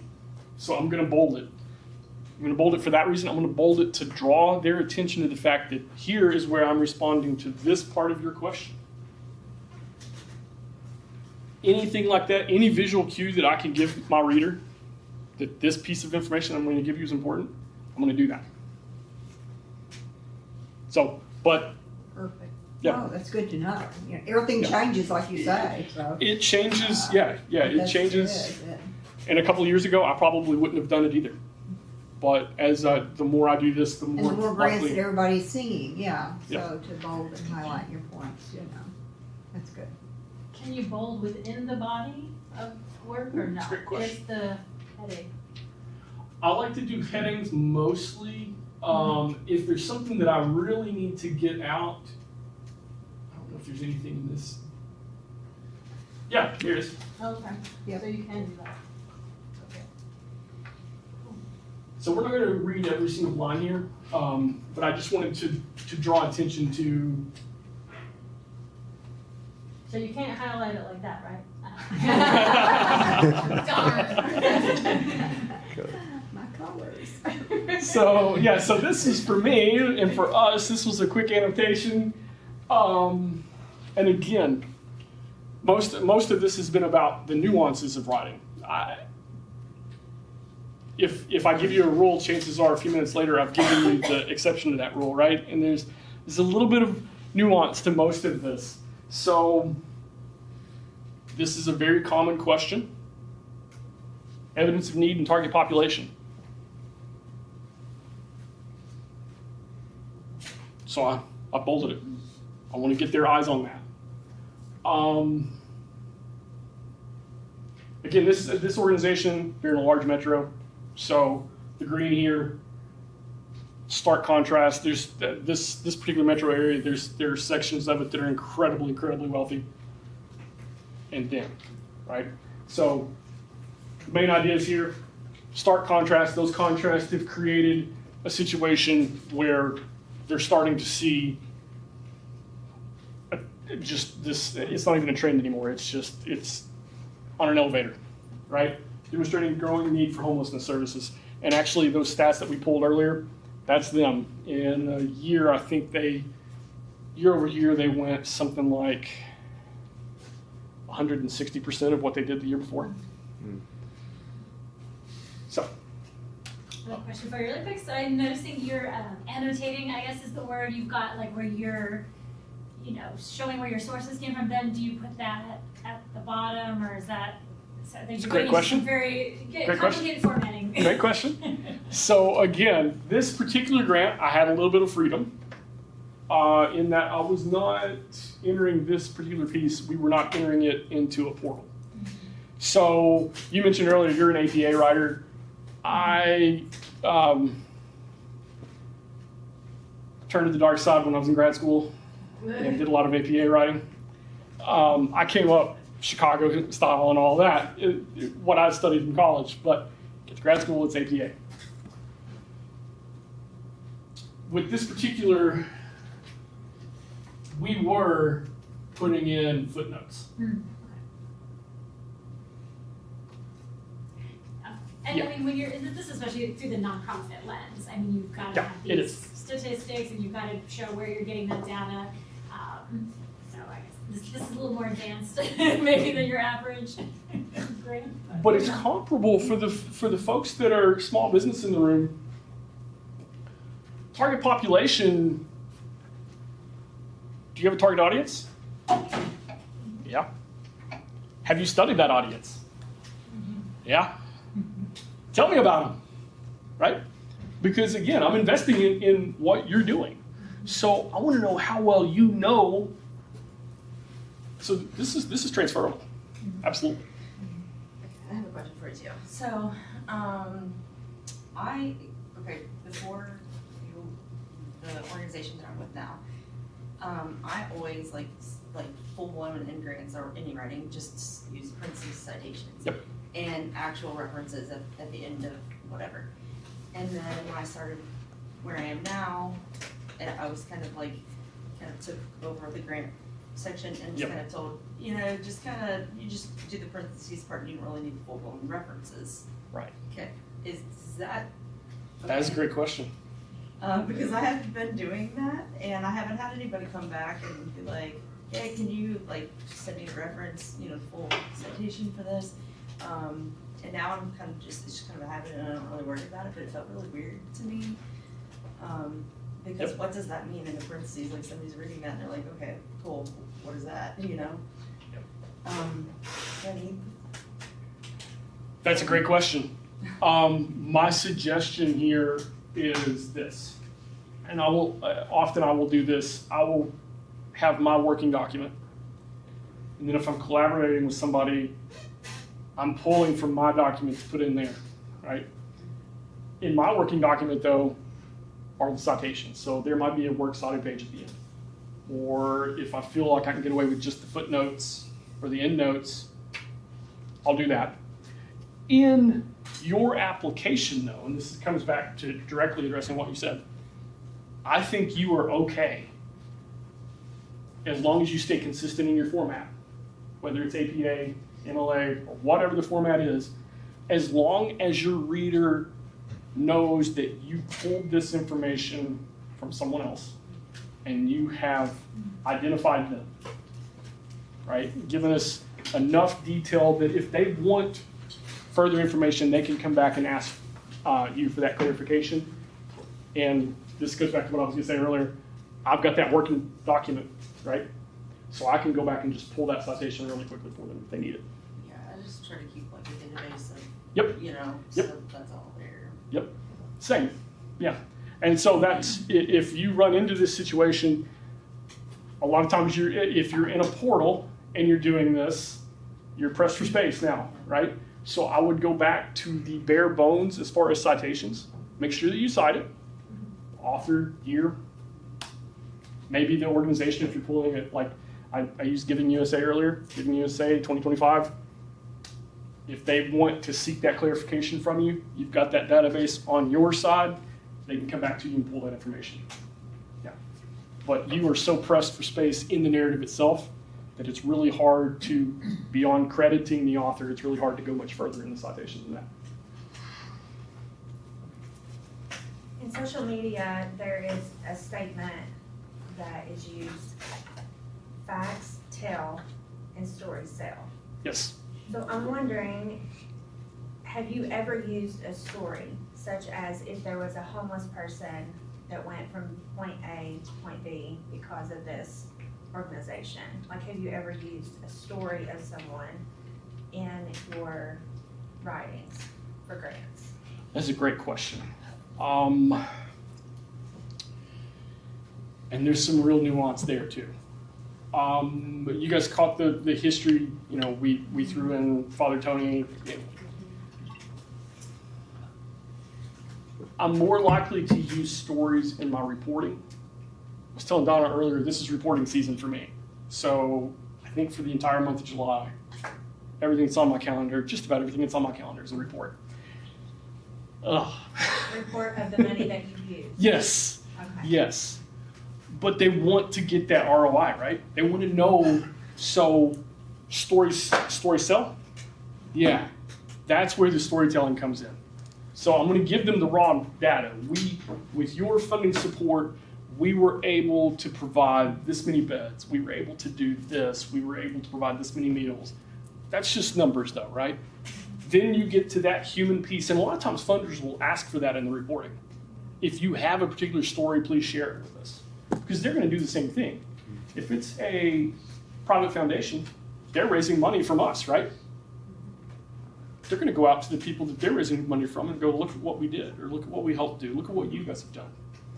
And that's where those stories are so valuable and relevant. Is it appropriate to Additionally. send photos with that? That's a Ooh.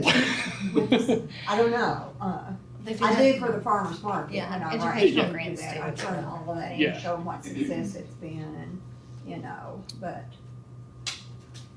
In the work that I'm doing with this organization, we would not. But it's specific to what. Sometimes. Well, you're protecting the the safety and well-being of yeah. Well, so here I would use the story, but there's yeah, as far as anything visual, no. Unless a lot of times we'll leave that to the organization themselves, right? As they're raising money somewhere on their page, somewhere in their social media, there's a story, right? There's a story, there's a picture, there's a yeah. And you can send pictures like of volunteers working. Yep. Just not of the clients. Yep. That, you know. Yep. So if you yes. See, this raises a question. See, everybody tells me, oh, you're gonna be so great at grant writing because you're a writer. Okay, and then I go, no, because you can't make it flowery. I'm a flower, I gotta throw in the heart, you know, that is me. Uh-huh. And so, but this way I can't, I gotta, okay, like you said in the beginning, you can't use all the descriptive words. But if I'm gonna tell the story, I'm gonna add all my, I gotta put that in, and I'm happy because that's how I write. So how do I only do that in the story and not in the actual wording of the grant? One can be flowery, one can't? You see what I'm saying? That is a really good question. I like it. I'm gonna open it up. What do you guys think? I do have an opinion. I'll come back. Okay. Yes, sir. I think it would be when writing for the grant, you're going to stick with the facts. When telling the story of the success after you get the funding, you're going to be doing your hearts and just doing the flowery, and here's pouring yourself into it and showing your passion. I'm gonna write that. I'm gonna like that kind of writing better. So we can trade. I'll write. I cannot stand writing reporting. This next month, I'm dreading it already. I dread it so much. And we're 4 days away? Yes, 26th? Yeah. But would it depend on who you're getting the money from? Like if my company was giving a grant, I'm a flowery, fluffy person, and I would love to hear the details. So does that ever matter? Or are we looking at more corporate? That is a great question as well. If you only have 200 words. Right. And that ends up being a problem, right? I mean, yeah. Let's put a heart in there. No, it's like, yeah. So, That says a lot. Heart can speak a lot. You could dot your I's with a heart. who said that, by the way? Crystal. I love it. Yes.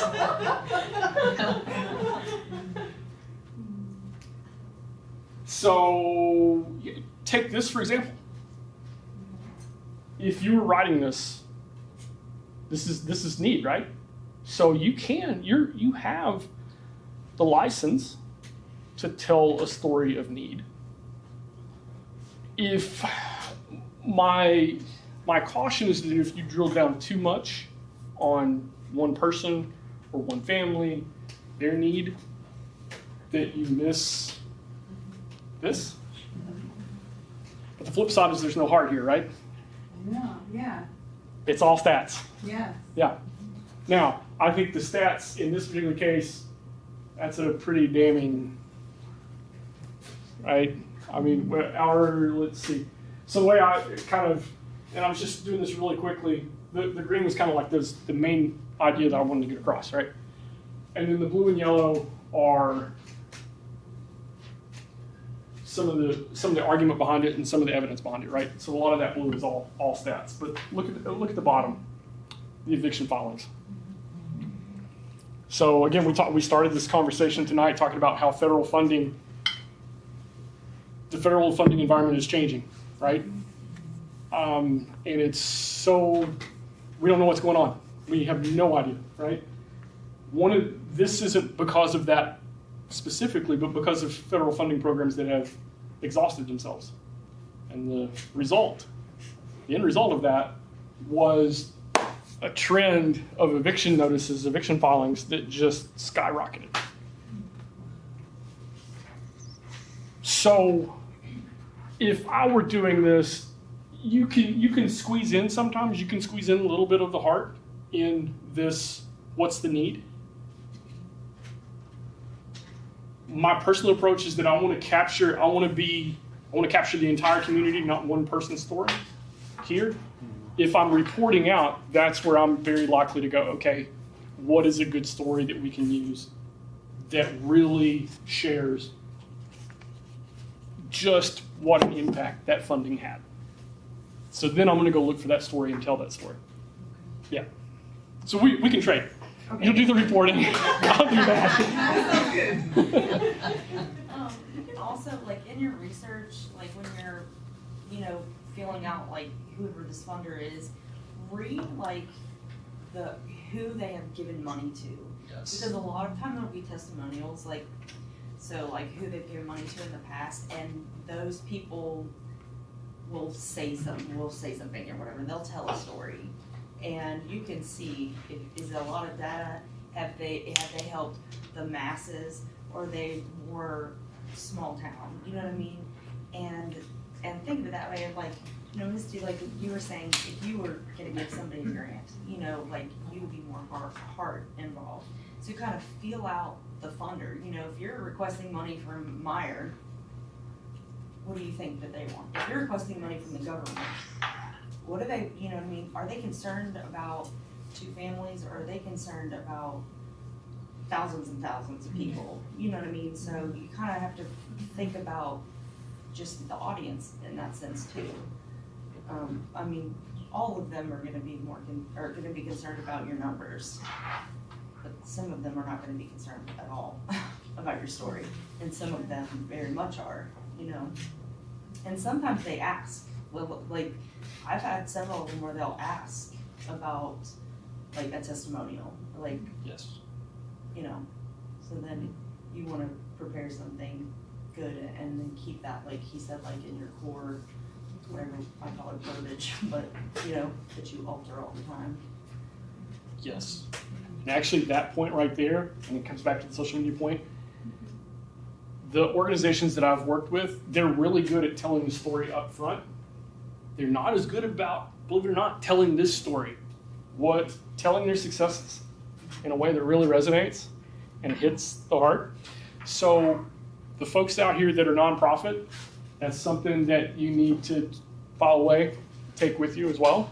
And it's something that needs to be in that core, update those periodically, but definitely have a set of stories that you can go back to. I was just gonna say, forgot the name, but what you were talking about, what if you got a group of people, you had like a grant writing group. Some of us are maybe more flowery writers, and some of us are maybe more to the point, and we kind of just bounce it off of each other, like, here's my flowery, but I need the to the point to get the grant. Who can help me with that? And somebody can read your flowery, but then strike all the stuff and get kill your flower. You can have a heart if they can. Okay. You know, working together, where, you know, my strong suit is the opposite of yours, so we could, you know, work together on that. See, that's why you're sitting between those two over there.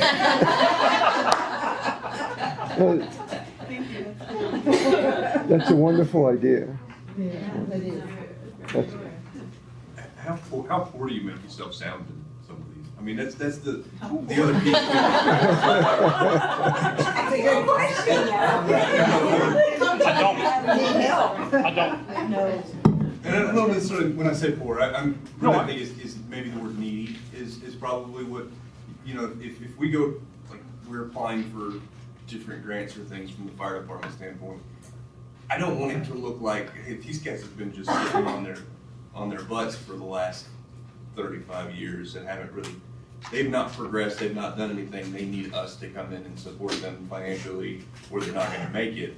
I don't want them to think that if they don't step in, we're gonna fail, but where's the line of, do I still need it? Whereas another department might be to that point of, they might fail if they don't get the funding. Going back to the example earlier, if I come in and I ask you to borrow money, but you don't think I'm going to pay it back, are you likely to? Not me.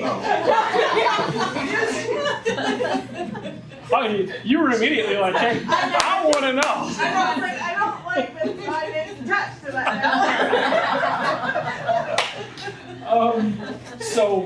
So actually your question though jogged, and I was looking for something else. I don't see it yet in this document, but current programs and accomplishments. This organization, Bezos Day One Fund, the very first year that it was awarded, they were one of the awardees. They've got a huge community foundation in their city, a board award for that. a real estate development award. They actually redeveloped their shelter. They're one of the few shelters that, instead of being a completely, this particular shelter is privately owned. They own it and they open it up for public. I say that because, to answer your question, I don't want the organization to appear desperate. I want the situation that we are addressing, what's motivating us, what's driving us, that. Scroll back up, right? And I went through all the evictions, and yeah, the situation is dire. But us, yeah, we're ready to deal with it. We need your help, but we're ready to deal with it. And this is what we're doing. This is, we're fiscally responsible. We are results. Yeah. Don't weaken your organization. You want to put your very best foot forward. But it's okay when you're painting the need. Hey, here's the situation, right? Whether you're funding in Kentucky for fire departments, here's how it's gone down over the past X number of years. Here's what we've done. Here's how we've tightened our belt and dealt with it. Here's what, that's okay. I wouldn't weaken my organization, no, on paper. No. Other questions? Let's go. No?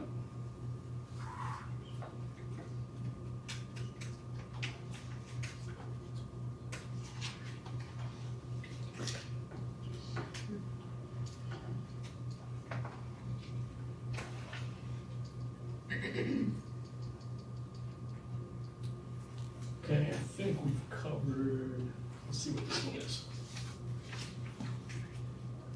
I'm just gonna ask the volunteer fire department, is it difficult for you guys to receive grant funding, or are they more open because of the service you provide? It's a mix. Part of what we've run into, and we're a combination department with the city of Berea, so if we apply for a grant, sometimes it knocks them from being able to apply.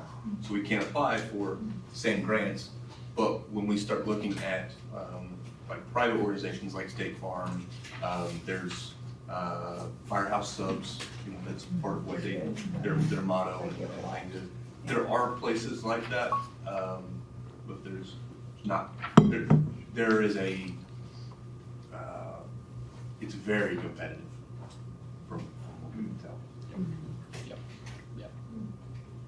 Okay, I've skipped this forward a little bit. We are pushing the clock. So there are two really key ideas that I want to get out over the next little bit. One is the sustainability piece, and this goes back to the heart of the question that you're asking.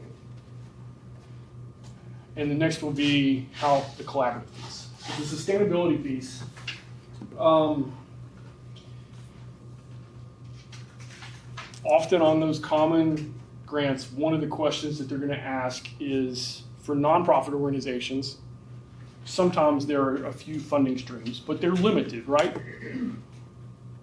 Funders do not want to create, while they will get to know an organization, they like the work of the organization, they will continue to support that organization, they do not want to get into a situation where that organization becomes dependent. So here's the sustainability piece. I want you to be thinking, folks on the nonprofit side, sustainability on the small business side, well, we've got to be sustainable, right? Got to keep the doors open. But I want you to be thinking on both sides. Funders usually phrase this question something along the lines of, if you were awarded funding for your program, your project, would you be able to sustain your operations after that funding has been exhausted? And then they want to know, what's your plan? Because from their perspective, they've gotten your financial documents, right, in support of your application. They are going to be awarding you a substantive amount of money. What are you going to do with that? And then are you going to be able to continue to operate this program after that has exhausted itself? So this sustainability piece is going to be something that I really want you to put a lot of thought into.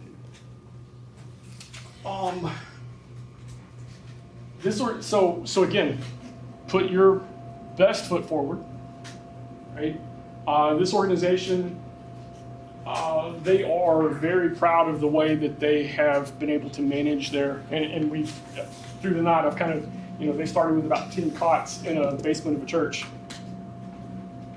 And they own their own property in this large metro area now, with a mid-rise building sitting on it. But they got there because they're really careful with the way that they use their money and the way they leverage their resources. And that's what they're highlighting here. Is that, yeah, this, one, we're healthy enough that we can take on your investment and apply it. And we're healthy enough that we'll be able to carry on once that's been exhausted. But your investment, while we have it, here's what we're going to do with it. Here are the things that we can address. Good.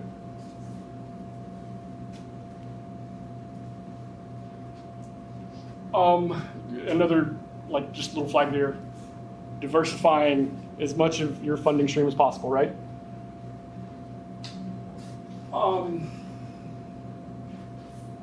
I'll put a couple of notes out here, funders priority and ROI.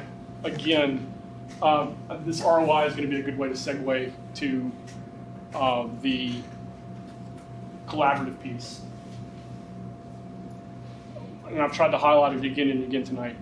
Funders, especially now, are looking for ways that what money that they have to invest in the community, that they can get the most out of that investment that they possibly can. So I want you to keep that in mind with this piece. And when we come back to the collaborative piece.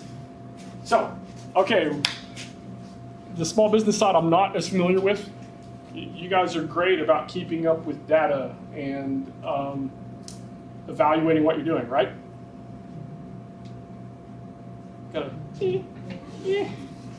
You nonprofits, you have nowhere to hide. You guys are awful. And it needs to be better. That's how you continue to get funding. I told you I dread this month. This is why. Nonprofits have gotten really good at telling their story and winning grants. Then it comes time to tell the funder what you did with it. We were commiserating earlier. It is tough to get a lot of it's just raw data. If we can get a story, great, but a lot of it's raw data. So please, when you design your grant on the front end, also design your data collection and analysis. Because the reporting, I just got another report, it's due middle of next month. I got it 2 days ago. It's based exactly on what we wrote. So it should be pretty easy, right? In theory, it should be pretty easy for me to get that and turn it around and get it back to them. Here's what we said we would do. This is what you want to know. We will, that's part of the reason I hate reporting too, is that we don't learn.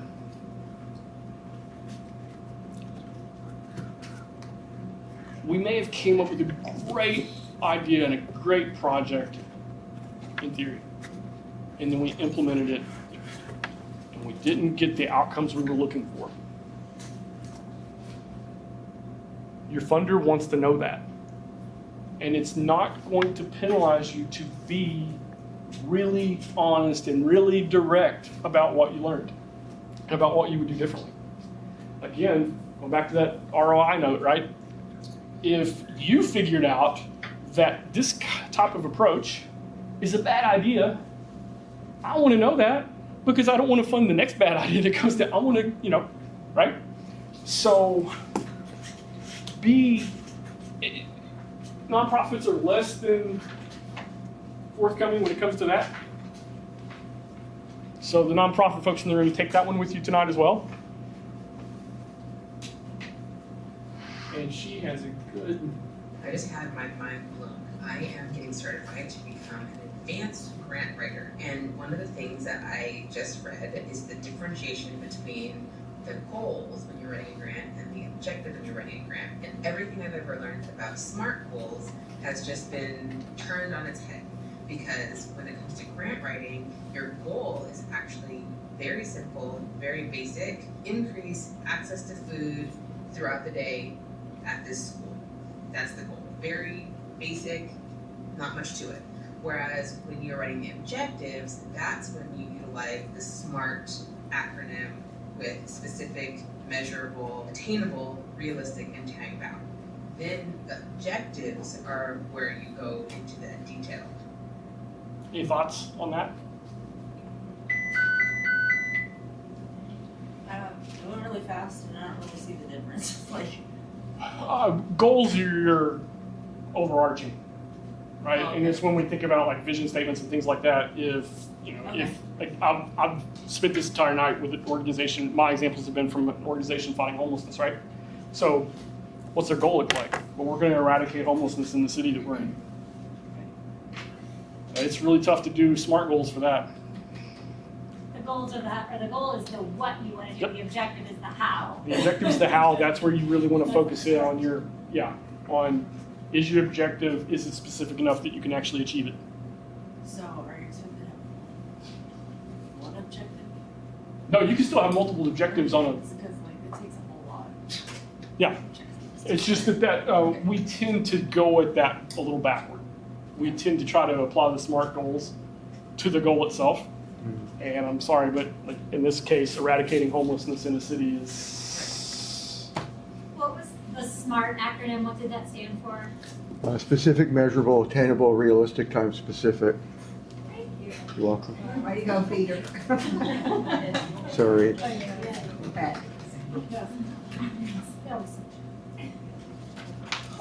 It's something I did when I sent it to print. It didn't. That will be on there. So when I send these back out, it'll be on there. Okay, we're almost there, folks. I can sense like the antsiness now.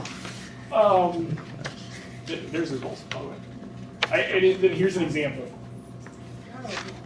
If we went to objectives rather than the goal itself. So the objective here, this particular, in this instance, so they redesigned their shelter, right, and rebuilt it a couple of years back. It's already too small for the purpose they serve. So just this past winter, we wrote that one. Small grant, about $30,000, but it renovated spaces like this and turned them into private spaces so they could increase their capacity. They got this one, but the instead of setting on the overarching goal, we went to our objectives is where we really wanted to focus in on the SMART stuff. And it's really easy then, the back end of that is it is really easy to evaluate it, right? If I created essentially 12 extra beds, it's really easy for me to evaluate whether, I was able to fill those every night or not.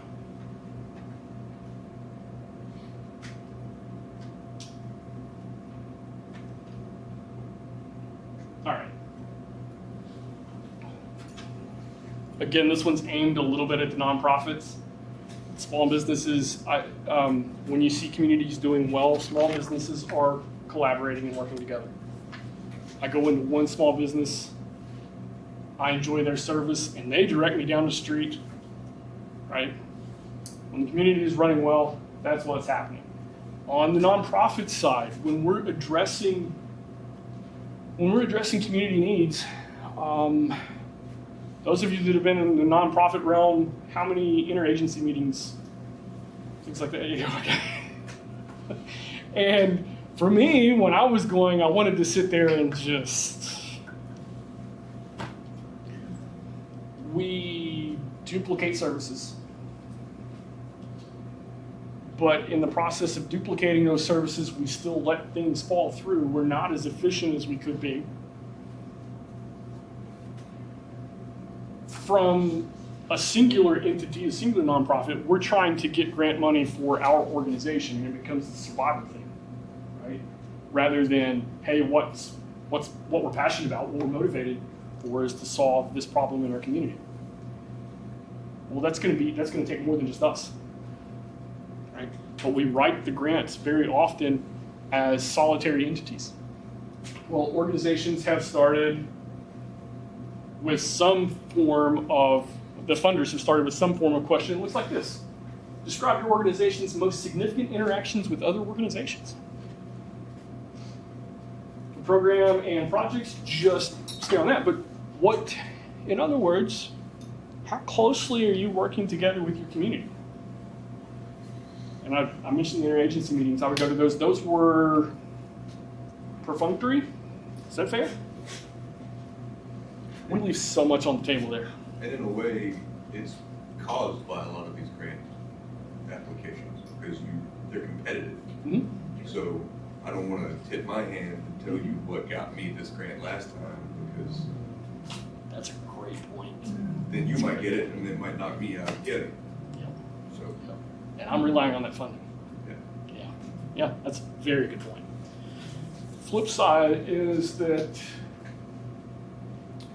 we're starting to see there's a lot of research out there that continue, so nonprofits, especially on when we're doing work in communities for under-resourced communities, right, whether it's homelessness or food security or collaboration works a whole lot better than trying to go it alone.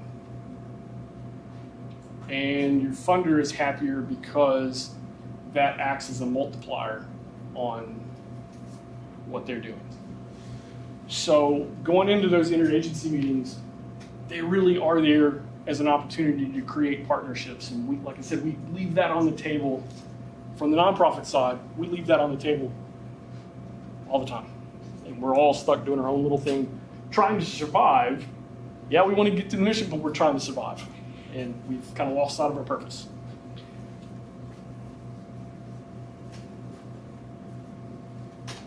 So, I'm going to throw that one up.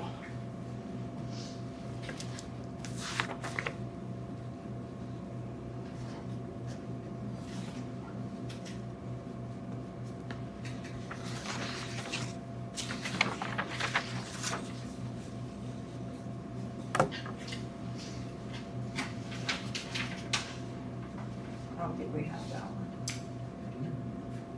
Oh, in the, yeah.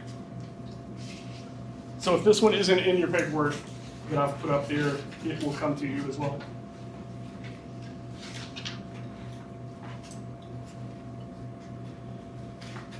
So if you've had a chance to read it, what are they doing well? What's this organization doing well?